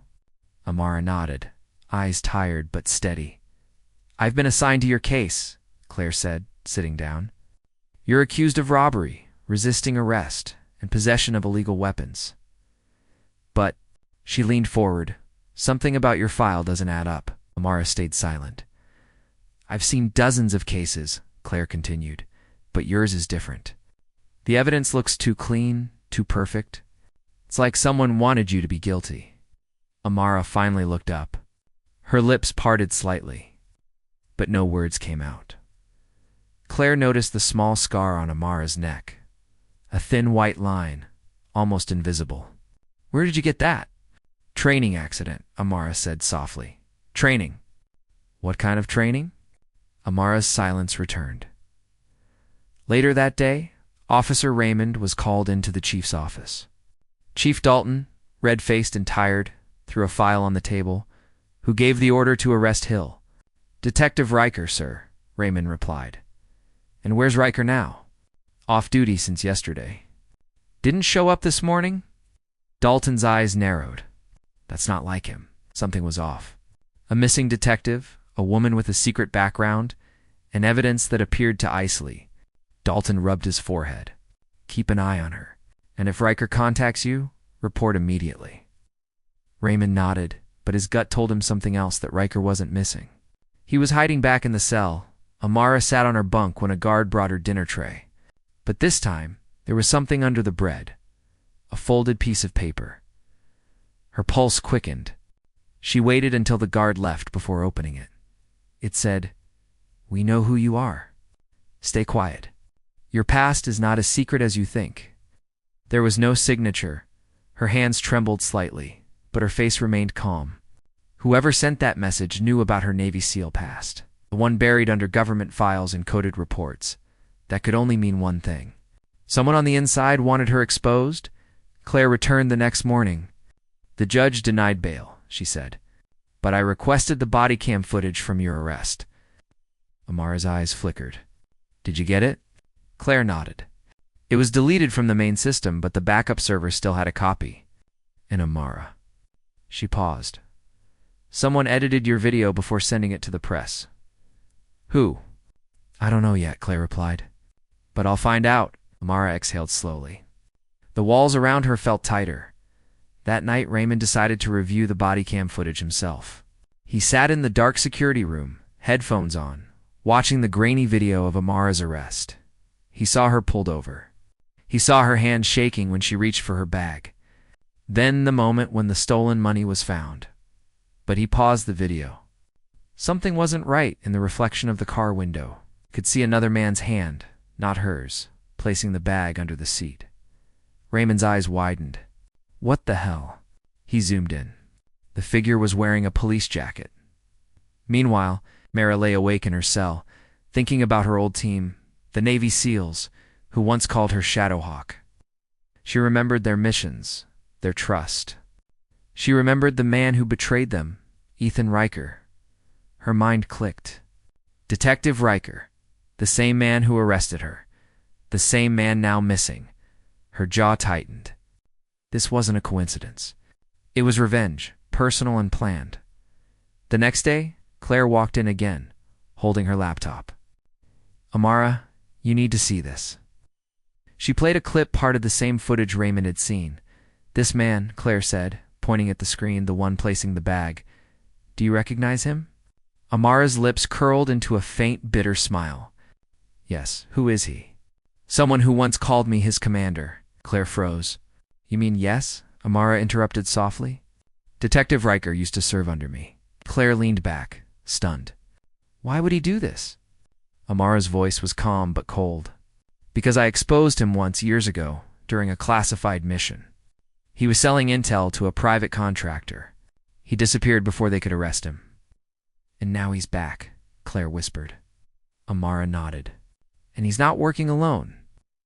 At that same moment, in a dark warehouse across town, Riker stood beside a table stacked with cash and weapons. He looked at a laptop screen showing Amara's mugshot. "She still looks calm," his partner said. Riker smirked. "She won't for long. The world will know what she really is. But what if she talks?" "She won't," Riker said. "Because she knows if she does, others will die." The man frowned. "Others?" Riker smiled darkly. "Her old team? I still know where they are." Back at the station, Raymond printed still images from the footage. He brought them quietly to Chief Dalton. "Sir, you need to see this." Dalton studied the photo, his expression changing. "That's Riker." "Yes, sir." Dalton slammed his fist on the desk. "He framed her." Raymond nodded. "And I think he's planning something worse." Dalton stood up. "Get her out of that cell. Now." But before they could move, the power went out across the station. Darkness swallowed the halls. Emergency lights flickered. Dalton shouted, "Backup generators now!" Raymond drew his gun, heart racing. "Sir, someone's inside." In the surveillance monitor room, all screens went black except one, the live feed from Amara's cell. They watched as the door slowly opened. Amara stood up. Silent, alert. A shadow stepped inside, wearing a police jacket. She didn't move. Her eyes locked on the figure. "Long time no see, Commander," the man said. "Riker," she whispered. He smiled coldly. Miss me? Her expression didn't change. You shouldn't have come here. I had to, he said, taking a step closer. You took everything from me. Now it's my turn. He reached into his pocket, but before he could pull anything out, the red emergency light glowed brighter. Amara's gaze shifted for half, second just enough to see his reflection in the metal sink. Her instincts kicked in. She moved. Fast a sound echoed a punch, a crash, and then silence. When the lights flickered back on, the cell was empty. Only the broken cuffs lay on the floor. Rain fell hard against the windows of the city, washing away the noise but not the fear. Every drop that hit the pavement seemed to echo a warning. She's out there, Amara. Hill had vanished from the police station like smoke. No one saw her leave. No alarms went off. No cameras caught her. It was as if she disappeared into thin air. But she didn't vanish. She returned to who she truly was. Not a victim. Not a prisoner. But a Navy SEAL. In the dark streets of the city, Amara moved silently. Her clothes were soaked, her face calm. Every corner, every sound, she noticed it all. Old instincts had returned. She found shelter in an abandoned warehouse near the docks, a place no one would think to look. She sat near a flickering lamp and took out a small metal tag she had hidden in her boot, the same classified tag the cops had found before. But this one was different. When she pressed her thumb on it, a tiny chip inside lit up blue. Her old team's encrypted tracker came online. A small digital voice said softly, Unit Shadowhawk. Active. Amara's heart tightened. Her team, the ones she had once led, might still be out there. But she also knew that Riker, her betrayer, knew their locations too. At the police station, chaos ruled. Chief Dalton was furious. How does a prisoner vanish from a locked cell? He shouted. Officer Raymond stood quietly, guilt written across his face. Sir, she didn't escape like a normal person. It was planned. Every camera feed cut off for exactly 60 seconds. She didn't run, she executed a move. Altone frowned. A move? Raymond nodded. Like a soldier. What? Dalton stared at the floor. You mean, she's trained? More than trained, Raymond said. She's something else. I think we've been holding the wrong kind of person. Meanwhile, Amara found an old phone and hacked into the police radio frequency. Her fingers moved quickly, steady and sure. She heard voices, Raymond's, Dalton's, others, talking about her escape. She closed her eyes for a moment. She didn't want to hurt anyone innocent. But Riker had gone too far. She replayed in her mind the image of him smirking in her cell, calling her commander. The anger she'd kept buried for years came alive. He ruined my life once. Not again. Flashback. The desert. Years ago, Amara and her team's 6 soldiers stood under a burning sun. She remembered Riker standing beside her, younger, arrogant, and proud. They trusted each other back then. Until the night of the operation in Kabul, when she found out he had sold their coordinates to an arms dealer, 2 of her team didn't make it. And she made a promise, if Riker ever resurfaced, she would finish what he started.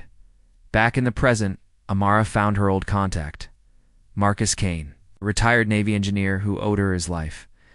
She reached his small auto garage at midnight. He turned when he heard her voice.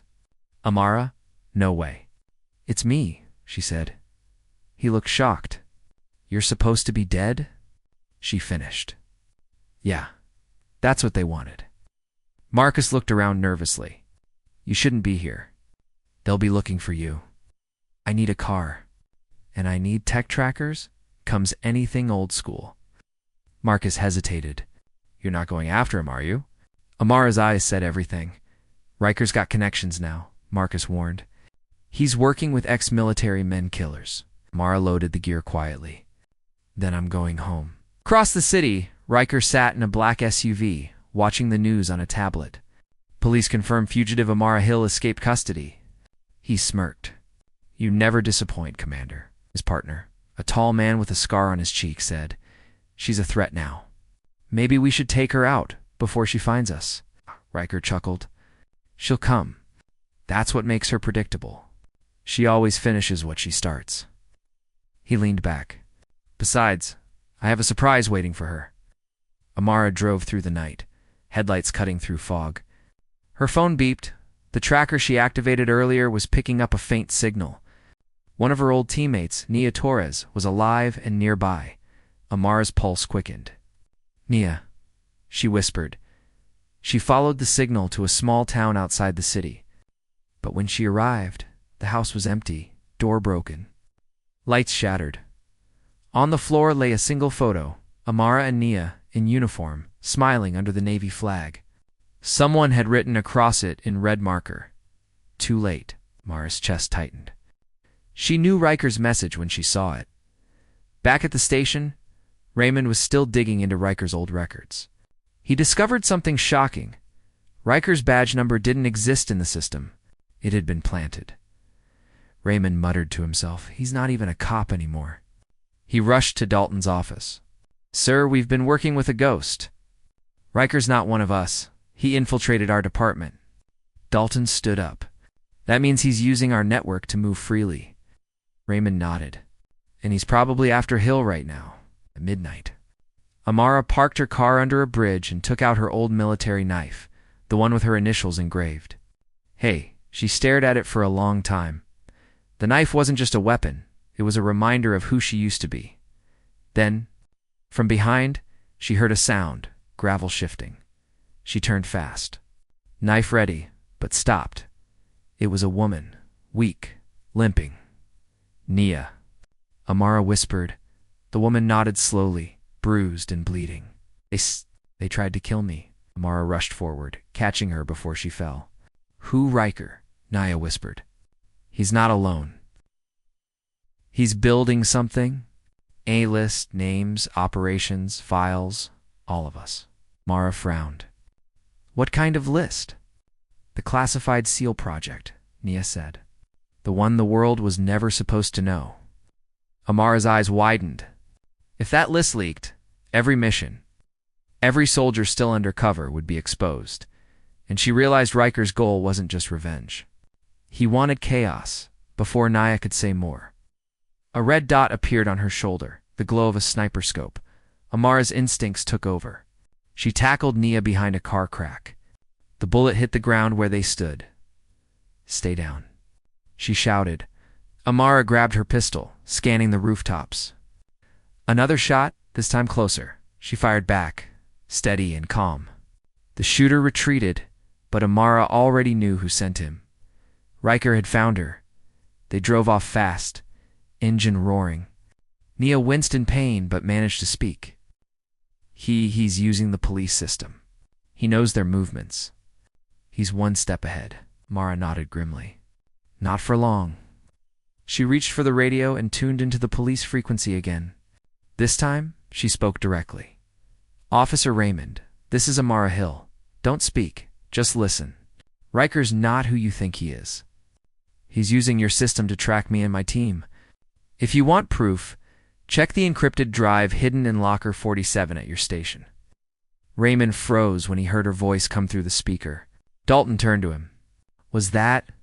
Raymond nodded. "It's her," Dalton whispered. "She's still fighting." As the night deepened, Amara and Nia reached another safe house. Nia rested on the couch, exhausted, while Amara patched her wounds. "You still remember how to do this?" Nia said weakly.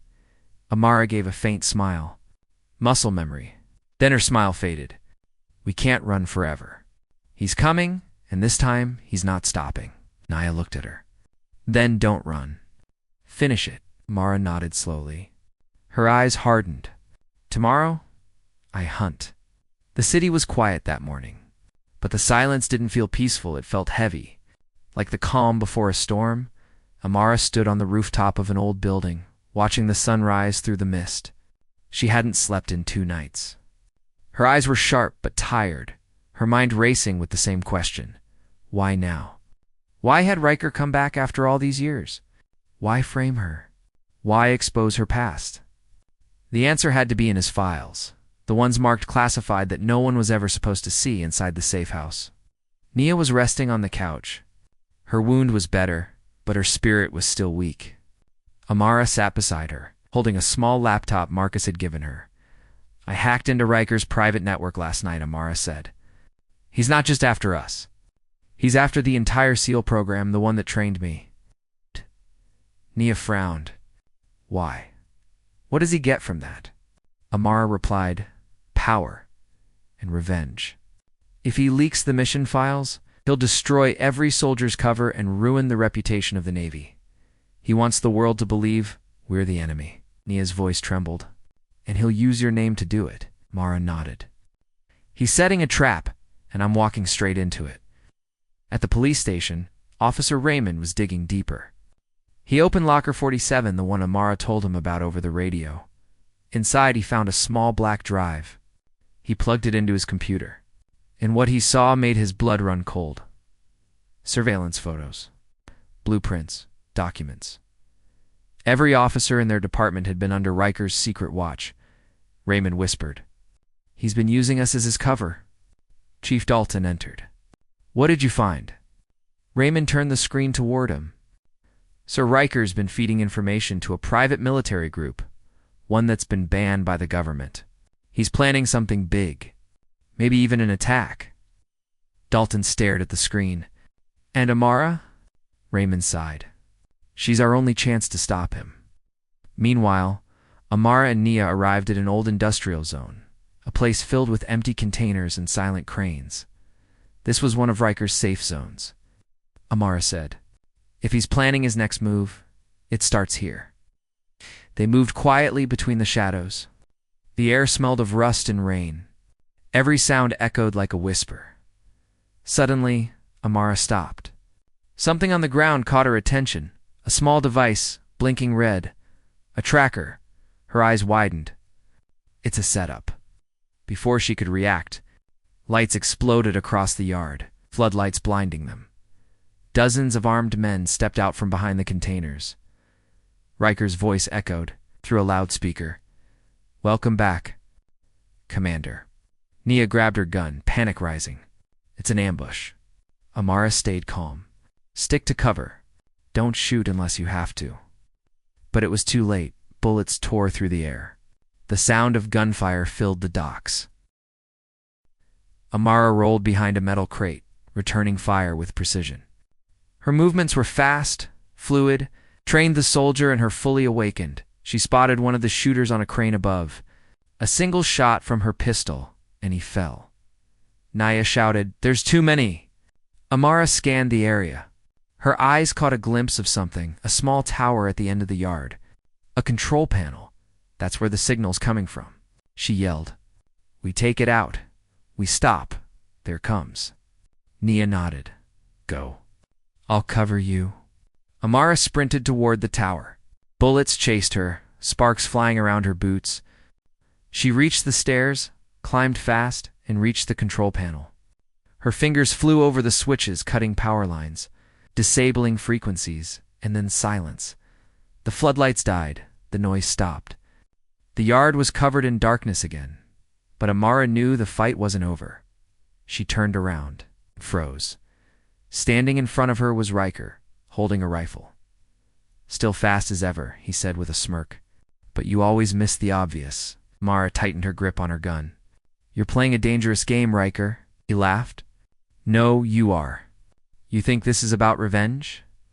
This is about exposure. I'm showing the world what your Navy really does." Amara frowned. "You're destroying innocent lives." Riker's tone hardened. "No one's innocent. Not even you." He pointed his gun at her. "You left me to die, Commander." Amara's voice was steady. "You made your choice when you betrayed the team." Riker's eyes flashed with rage. "And now you'll pay for it." Pulled the trigger, but Amara ducked, grabbing a metal pipe and striking his arm. The rifle fell. They fought hand-to-hand, punches, kicks, fast and brutal. Riker was strong, but Amara was faster. She blocked his attacks, landed a hit on his chest, then another to his face. He stumbled back, blood dripping from his lip. "You should have stayed dead," he hissed. Amara replied coldly, "You first." Before she could finish him, a loud explosion rocked the yard below. Flames rose into the sky. Nia's scream echoed through the fire. "Amara, It's a trap. Amara turned and saw a second bomb wired to the tower's base. Riker grinned. Looks like you'll die saving others again. He jumped off the platform, landing hard but running fast. Amara raced down the stairs, shouting, "Nia, move!" The two women sprinted across the field just as the tower exploded, fire lighting up the entire dock. They fell to the ground as debris rained down. When the smoke cleared, Riker was gone. but something else caught Amara's eye. A small flash drive, half burned, near the wreckage. She picked it up carefully. The label said, Project GHOST File 07. Her heart skipped a beat. She knew that name. It was a secret mission, one so dangerous it was erased from all military records. The mission where Riker betrayed them, and now it was back? Nia coughed weakly. What is it? Amara stared at the drive. Proof of everything. She stood, her face hardening. He wants to destroy me, but this will destroy him. He walked away from the fire. Their shadows long under the flickering light at the police station. Raymond received a secure message on his computer. A single line. The hunter has become the hunted. He frowned, looking at Dalton. Sir, I think she's going after him now. Dalton nodded slowly. Then we better decide whose side we're on. The night was colder than usual. The wind brushed against Amara's face as she stepped out of the car, her boots sinking slightly in the mud. The headlights of her truck cut through the darkness, casting long shadows on the walls of the abandoned factory. Inside, the air was heavy. It smelled of metal, rust, and danger. She was not alone. She could feel it. Her eyes scanned every corner, every flicker of movement. She moved silently, like she had done 1,000 times during her Navy SEAL missions. But this time was different. This was not a mission. This was personal. She was walking into a trap, and she knew it. Flashback. Earlier that day, Detective Ryan had begged her not to come alone. Amara, listen to me, he'd said, voice full of worry. If the people behind this really are who we think they are, they'll be expecting you. We need to go by the book. Amara had shaken her head. The book didn't protect me when they framed me, Ryan, she said quietly. And it won't protect me now. She loaded her gun, looked at the picture of her late mother, and drove off. Ryan had no choice but to follow her from a distance. Present inside the factory, every sound felt amplified. A drop of water hitting metal, the hum of an old generator, her steady heartbeat. Then, a voice echoed through the darkness. Well, if it isn't the soldier girl herself? She recognized that voice. From the shadows stepped Captain Briggs. It's the same officer who had framed her months ago, the man who had destroyed her life. He smiled like a man who had already won. You really should have stayed hidden, Hill, he said, walking closer. Now you've walked right back into your grave. Mara didn't flinch. Her voice was calm, controlled. You know what's funny, Briggs? You taught me everything about staying alive in an ambush. Briggs smirked. And yet here you are. He raised his gun. But before he could pull the trigger, Amara kicked over a metal barrel beside her. Sparks flew as it crashed into a fuse box, plunging the room into complete darkness. Gunfire erupted. Flashes of light burst through the black cloud, echoing, chaotic. Amara dove behind a pillar, rolling silently to the side. Her training took over, slow breathing, sharp eyes, steady aim. A figure ran across the far end. One shot. Silence. When the lights flickered back on, Briggs was gone. But his voice came from somewhere above. You think this ends with me? He shouted. You don't even know how deep this goes. You were just a pawn, Hill, a name they needed to ruin. Amara's jaw tightened. Who are they? She demanded. Briggs laughed. Ask your friend Ryan. He works for them too. Her eyes widened, confusion and disbelief hitting her all at once. Before she could react, a sudden explosion ripped through the lower floor. Fire burst upward, and the whole structure began to shake. Outside the factory, Ryan watched from his car in horror as flames consumed the building. Amara, he shouted, running toward the entrance. He covered his mouth with his sleeve. Coughing as black smoke filled the air, Then, through the flames, he saw her walking out. Covered in soot and ash, limping but alive, her expression was blank. Almost unreadable, he ran to her. "Amara, are you okay?" She didn't answer. She just looked him in the eye and said quietly, "You knew." Ryan froze. "What?" Her gaze hardened. "You knew something. And you didn't tell me?" Before he could explain, sirens filled the air, more police cars, unmarked black vehicles, and men in suits. They surrounded the burning building. One of the men stepped out, tall gray hair, sharp eyes. He looked directly at Amara and said, "Ms. Hill, we need to talk." Now, Amara stared at him. Something about his presence felt familiar. "Who are you?" she asked. He smiled faintly. "Someone from your past. Someone who once gave you orders." The night sky burned orange from the flames behind the old factory. The fire trucks arrived too late. Sirens screamed, men shouted, but Amara Hill stood still. Her eyes locked on the man who had just stepped out of the black SUV. He was tall, dressed in a dark overcoat, his expression calm but commanding. His presence silenced everyone around him. "Ms. Hill," he said quietly, walking closer. "You've caused quite a storm tonight." Amara's body stiffened. That voice, that steady, low tone, she had heard it before years ago. Her lips parted. "Commander Blake." He gave a faint smile. "You remember? Past comes back 5 years earlier, in the middle of a secret operation overseas. Commander Blake had led an elite Navy SEAL team, and Amara was his top agent. They had shared missions, secrets, and trust, until one mission went wrong. Blake was declared dead. Amara was blamed for leaking intel, and everything she had worked for was taken away. Now, seeing him alive felt like a ghost had stepped out of her nightmares. Ryan stood between them, confused and tense. "Who is this guy? Amara?" She didn't answer. Her eyes stayed fixed on Blake. Blake turned to Ryan and said, "Detective Ryan, thank you for your cooperation. You can leave now." Ryan frowned. "Excuse me? Who are you two?" Amara interrupted sharply.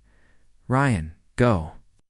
Her tone carried the same authority she used to have in uniform. Ryan hesitated, then stepped back, his heart uneasy. Blake moved closer, his voice soft but heavy with control. "You should have stayed hidden, Hill. You were supposed to disappear. The people who framed you weren't just dirty cops. They were part of something much larger." Amara's fists tightened. "Then why didn't you stop them?" He exhaled. "Because I couldn't. Not from inside." She stared at him. "Inside what?" He hesitated, then looked around. The burning factory reflected in his cold eyes. A project called Orion Shadow.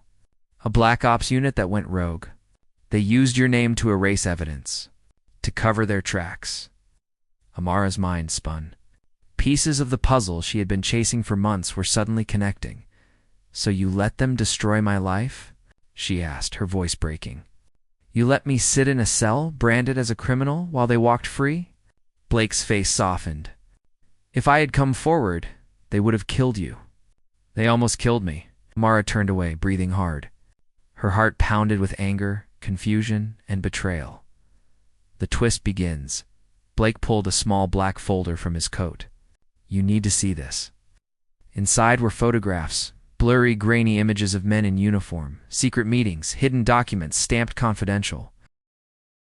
And one photo stopped her cold, a man shaking hands with Captain Briggs. But it wasn't just any man. It was Senator Doyle, the same politician who had publicly called her a disgrace months ago. Amara's eyes filled with disbelief. "He's the one funding them?" Blake nodded. "And he's running for vice president next year. They can't afford the truth getting out." She felt her stomach turn. "So all of this, the false charges, the cover-up, it's to protect him?" "Yes," Blake said grimly. "You're the loose thread they couldn't control. That's why they framed you." Amara looked down at the folder, her reflection trembling on its black cover. "So what now?" she whispered.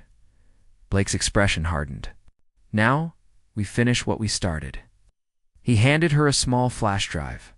Inside this is everything we need: names, bank accounts, orders, but it's encrypted. Only one person can unlock it. Who? She asked. He looked her straight in the eye. Your old teammate Marcus Hale, the one you thought died in Morocco. Amara's heart dropped. Marcus? No, he's gone. I saw his body. Blake's tone didn't change. You saw what they wanted you to see. Meanwhile, in a dark surveillance room somewhere miles away, Captain Briggs, bruised but alive, watched the footage from a hidden camera. His lips twisted into a cruel grin. So, the ghost is back, he muttered. And he brought her along. He picked up his phone and spoke quietly. She's with Blake. They have the drive. The voice on the other end was calm, powerful. Then we move to phase 2. Make sure she doesn't leave the city alive. Briggs smirked. With pleasure?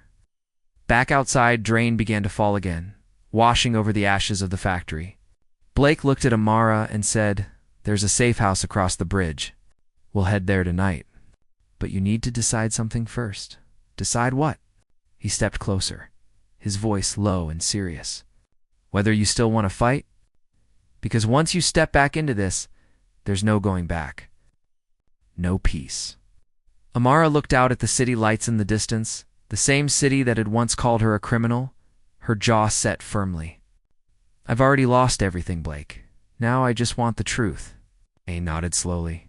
Then get ready, Lieutenant Hill. You're about to go to war. The thunder cracked above them. Amara's face glowed under the flashing lights of distant patrol cars. She tightened her grip on the flash drive. They framed the wrong woman, she whispered. The gunshot split the night. Amara dropped behind the car instinctively, her heart hammering in her chest. A flash of red light streaked past, another bullet. The metal of the car door sparked. Sniper, Blake shouted, pulling her down. Stay low. Rain poured harder, drumming against the asphalt. The streetlights flickered. The world became a blur of chaos and shadows. Blake pulled his pistol, scanning the rooftops. They found us faster than I expected, he muttered. Amara's breath came in short gasps. You said this place was safe. He cursed under his breath. It was... Another shot hit the car mirror, shattering it into pieces. The reflection of the sniper's laser briefly flashed in the broken glass high up. On a nearby rooftop, Amara's instincts took over. She grabbed a small metal shard, peered at the reflection, and saw the faint outline of a man crouching near the edge. Third building, top floor. She shouted. Blake turned and fired 3 quick shots. The sniper ducked, the laser beam vanished, and then silence. For a few seconds, all they could hear was rain. Then, faint footsteps echoed from across the street. Fast, light, almost too fast. Amara pushed herself up, ignoring the pain in her leg. He's moving. We can't lose him. Blake grabbed her arm. Wait, that's exactly what he wants. But Amara shook him off. They tried to kill me again, Blake. I'm done running. She sprinted into the alley, following the sound.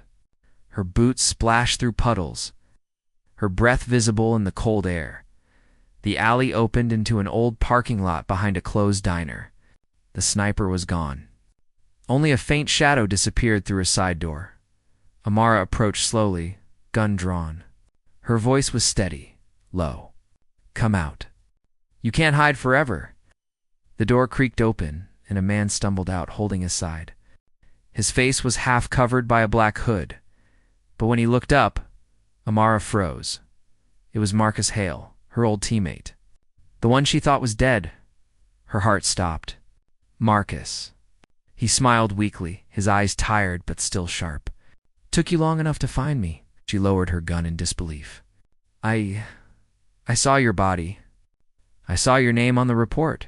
He laughed bitterly. Yeah, that's what they wanted. They faked my death. Same as they destroyed yours. Blake appeared behind her, aiming his gun at Marcus. Don't move. Marcus raised his hand slowly. Still paranoid, Commander? Or are you just angry I beat you to her? Amara looked between them. Wait, you know each other? Blake didn't answer. His jaw tightened. Marcus smirked. Oh, he knows me well. He just didn't tell you the full story, did he, Amara? The betrayal unfolds. Amara's stomach sank. Blake, what is he talking about? Blake's tone was flat. He went rogue. He sold intel to the enemy during Morocco. He's the reason half our team died. Marcus's eyes flashed. That's a lie, and he knows it. The leak didn't come from me. It came from him. Blake's gun lowered slightly, his expression tightening. Marcus continued. Voice rising, Blake made a deal with Orion's Shadow. The same people who framed you. He was supposed to hand them the drive. But something went wrong. They turned on him too. Amara's chest tightened. She looked at Blake. Is that true? He shook his head slowly. Don't listen to him, Hill. He's manipulating you. That's what he does. But something in Blake's eyes, a flicker of guilt, made her hesitate. The tension grew thick. The rain poured harder. The sound of thunder drowned their words. Marcus took a small device from his jacket, a second flash drive. You want the truth? Here, this has everything. Blake's orders, Orion's files, everything they hid from you. He tossed it to her feet. Take it, he said. But once you see it, you'll never trust anyone again. Amara stared at the small drive on the wet ground. The truth was right there, but it could destroy everything she thought she knew. Blake stepped forward. Don't pick it up, Amara whispered. Why not? Because the moment you plug that in, he said quietly, they'll find you. It's not just a file, it's a tracker. Marcus laughed bitterly. Nice try, Commander. You really haven't changed. Before either man could move again, a new sound cut through the storm. Helicopters. Searchlights swept over the rooftops. A voice blared from above. Federal agents. Drop your weapons. Blake cursed. They traced us. Marcus looked up, shaking his head. No, not them. Those aren't feds. That's Orion's Shadow. They've come for the drive. The spotlights focused on them. Red lasers dotted the ground around their feet. Amara's pulse pounded. We have to move now. Blake grabbed her hand, pulling her behind a car as bullets rained down. Marcus dove behind a pillar. The night exploded into chaos. Gunfire, flashing lights, shattering glass. Amara and Blake crawled toward an old service tunnel. Marcus followed close behind, firing back. Where does this lead? Amara shouted. Down to the river. Blake yelled, Go! They dropped into the tunnel, water rushing around their ankles. The echoes of gunfire faded as they ran deeper into the darkness. Inside the tunnel was damp and narrow. Amara's flashlight flickered on the dripping walls. Her breath came fast, but her mind raced faster. She turned to Blake. We can't keep running. We need to know who's lying. He didn't respond. His eyes were fixed ahead, cold and distant. Behind them, Marcus limped slightly, but kept up. You want to know the truth, Hill? Ask him where he was the night your base got raided. Amara stopped walking. What does that mean? Blake's face was unreadable. Keep moving. But Marcus's voice turned sharper. He wasn't captured. He was inside the command tent giving orders. Amara's stomach twisted. She turned to Blake, whispering, Tell me that's not true. He looked at her, eyes heavy, voice low. I did what I had to do. The river roared like a beast in the dark. Cold water rushed past broken concrete. Carrying pieces of fire and smoke from the collapsed tunnel, Amara gasped for air as she broke the surface. The current dragged her downstream, pulling her under again and again. She kicked hard, struggling to see through the rain and debris. Blake, she shouted. Her voice echoed, lost in the storm. A moment later, strong hands grabbed her arm. Blake pulled her toward a rocky edge, both of them collapsing on the wet riverbank. Coughing and shaking, they lay there for a long time, soaked, bruised, but alive. The tunnel behind them was gone. The explosion had buried Marcus. Or at least that's what it looked like. Amara sat up slowly, her body trembling. Her mind replayed Marcus's final words. Ask him where he was the night your base got raided. She turned toward Blake. He was leaning against a rock, breathing heavily, staring at the ground. Was it true? She asked quietly. He didn't look up. You wouldn't understand. Her voice rose. Try me. Finally, his eyes met hers. They were tired, not cold, not angry, just tired. That night in Morocco, I gave the order to move our team, but the information I used came from a corrupted feed. Someone had already leaked our coordinates. When the ambush happened, they blamed you because your access card was used. Amara's heart sank. But you knew it wasn't me, yes, he said softly.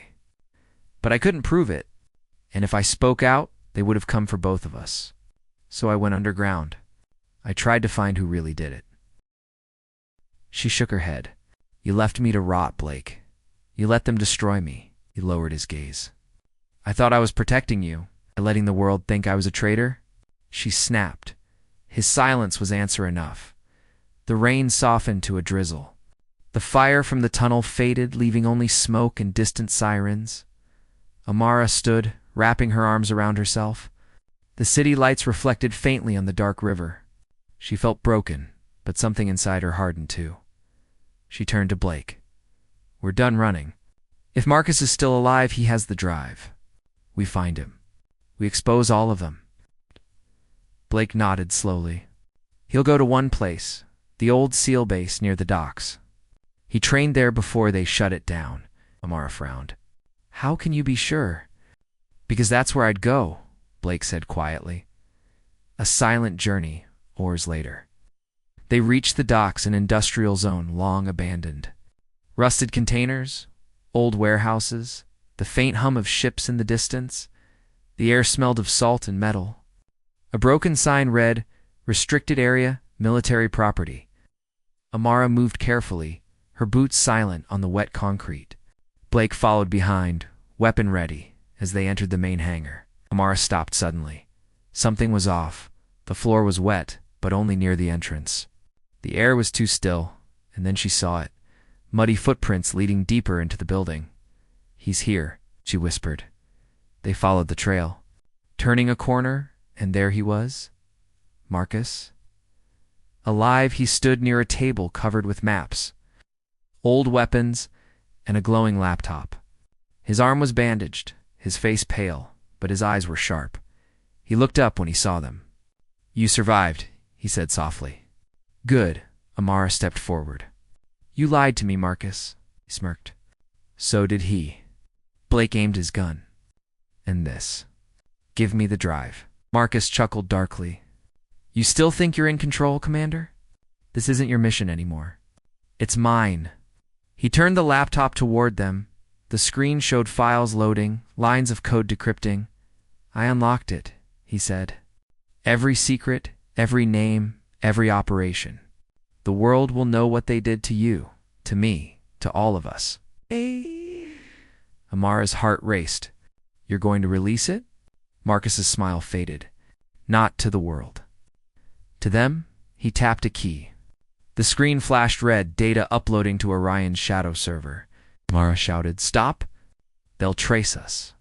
He looked at her with sadness in his eyes. They already have. The lights in the hangar flickered.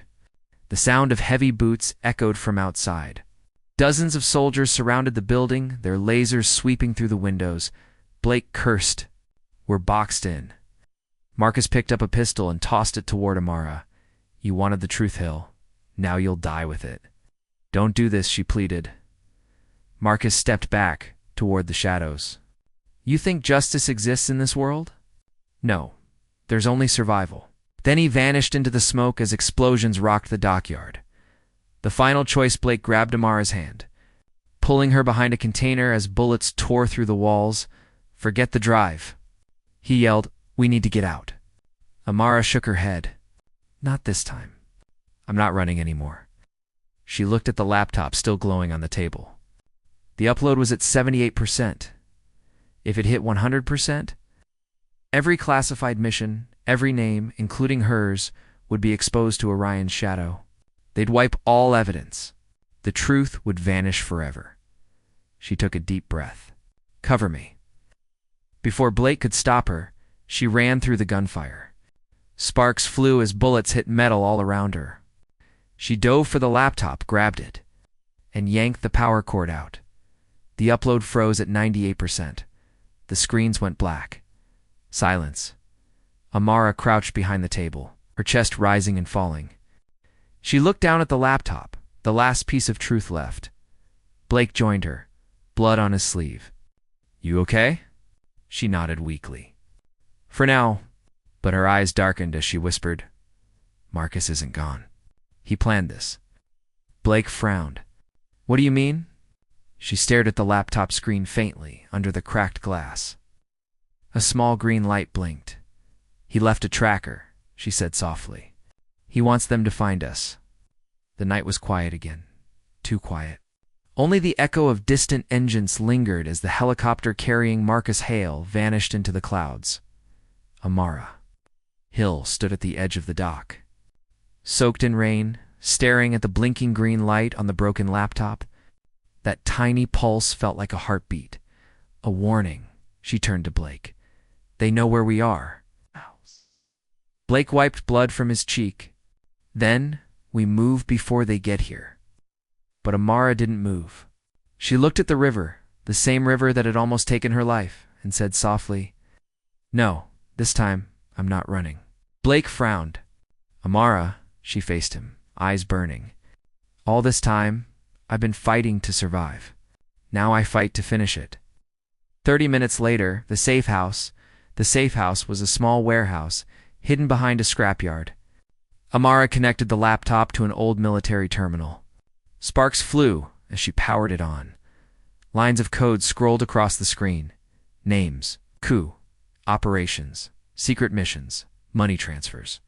Every file from Orion's shadow. Blake stood beside her, silent, watching. She pointed to one document. "Look at this. Operation Blue Echo. That's the one they blamed me for. The one where my team died." How, Blake? Blake leaned closer. "There's a hidden signature on the orders. Someone overrode the command chain." Mara typed quickly, decrypting the file. The name appeared in red letters. Her hands froze.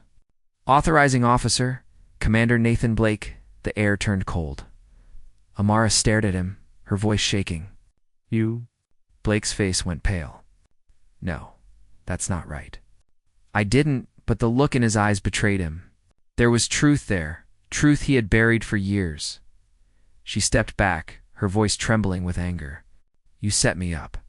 You used my code, my name, and then you vanished." Blake's jaw tightened. "It wasn't supposed to be this way. They threatened to expose my family. They said if I didn't follow orders, they'd kill them. I thought I could fix it later." Mara's tears mixed with the rain on her face. "You destroyed my life for a lie." He took a shaky breath. "I was wrong, and I've been trying to make it right ever since." The computer beeped a new signal. Coordinates flashed on the screen. Marcus Hale's voice came through the terminal, distorted but clear. "Hello, Amara. Looks like you found your ghost." Amara clenched her fists. "Where are you, Marcus?" He chuckled softly. "You already know. Orion's headquarters? Pier 9. Bring the laptop. Let's end this." The signal cut off. Final mission Pier 9. The docks were alive with lights and guards. Black trucks surrounded a giant cargo ship with the Orion emblem faintly painted on its side. Amara and Blake moved through the shadows, silent and fast. "Once we're in, head for the control room," Blake whispered. "That's where the satellite uplink is. If we can send this data to the press before they stop us." Amara cut him off. "No, this ends with me." He stared at her. "Amara." She looked at him not with hate anymore, but with something heavier. "You can't undo what you did, but you can buy me time." Before he could argue, he stepped away into the rain. Inside, the ship gunfire echoed as Amara stormed the corridors, moving like a shadow. Every step was precise, every motion silent and controlled, the soldier she once was. Reborn guards fell quickly, one by one, at the top deck. Marcus waited, standing near the control panel, the city lights behind him. "Always impressive," he said, lowering his weapon slightly. "You were the best of us." Mara raised her gun. "You framed me. You ruined everything." Shook his head. "No, I gave you purpose. You were lost after Morocco. They took everything from you. I gave you someone to blame." Her eyes narrowed. You used me. Marcus smiled faintly. Just like Blake used both of us. Don't you see, Amara? There's no justice. Only survival. She took a step forward. You're wrong. There's always a choice. He laughed softly. Then make yours. He reached for the detonator on his vest. The ship began to rumble, alarms blaring. Amara fired. One shot. Marcus fell to his knees, blood spreading across his chest. The detonator dropping to the floor. He looked up at her with a faint smile. You really were. The best! Then his eyes closed. The countdown clock blinked on the wall. 0 hours, 2 minutes, and 14 seconds. Amara grabbed the detonator and ran for the uplink terminal. She jammed the laptop's flash drive into the slot, typing furiously. Uploading files to secure network. Transfer. 47%. The floor shook as explosions went off below deck. Outside, Blake fought through guards, yelling into his radio. Amara, you have to go. Not yet. She shouted. The world needs to see this. The timer reached 0 hours, 0 minutes, and 58 seconds. Amara slammed the last key. The screen flashed. Transfer complete. Data sent to global network at the same moment. Blake burst through the door. Amara, move. They ran together as fire ripped through the corridor. The blast threw them onto the deck. Flames surrounding them. Blake shielded her with his body as metal rained down. He looked at her weakly. You did it. Amara nodded, tears mixing with soot. It's over. He smiled faintly. No. It's finally right. And then, as the ship exploded behind them, the shock waves sent them both into the dark water. Days later, Washington, D.C. The world changed overnight. The leaked files exposed Orion's shadow. Politicians, generals, corrupt officers, news channels everywhere showed. Amara Hill's photo, former Navy SEAL cleared of all charges, whistleblower behind massive scandal. Amara watched from a quiet cafe window. Wearing a simple coat, blending with the crowd, the rain outside was gentle this time, peaceful. She whispered to herself, justice isn't perfect, but truth lives longer than lies. She reached into her pocket, pulling out Blake's dog tag, the one that said classified. She placed it on the counter, smiled faintly, and walked away. Final scene, a quiet beach. A little girl played in the sand nearby, building a small fort. Amara sat on the rocks, watching the sunset. Her phone buzzed, a message from an unknown number. You may have ended Orion, but not all shadows die with light. She smiled softly and turned off the phone. For once, she didn't need to fight. The waves rolled in slowly, erasing the footprints on the shore, and Amara Hill, once framed, once hunted, finally walked free.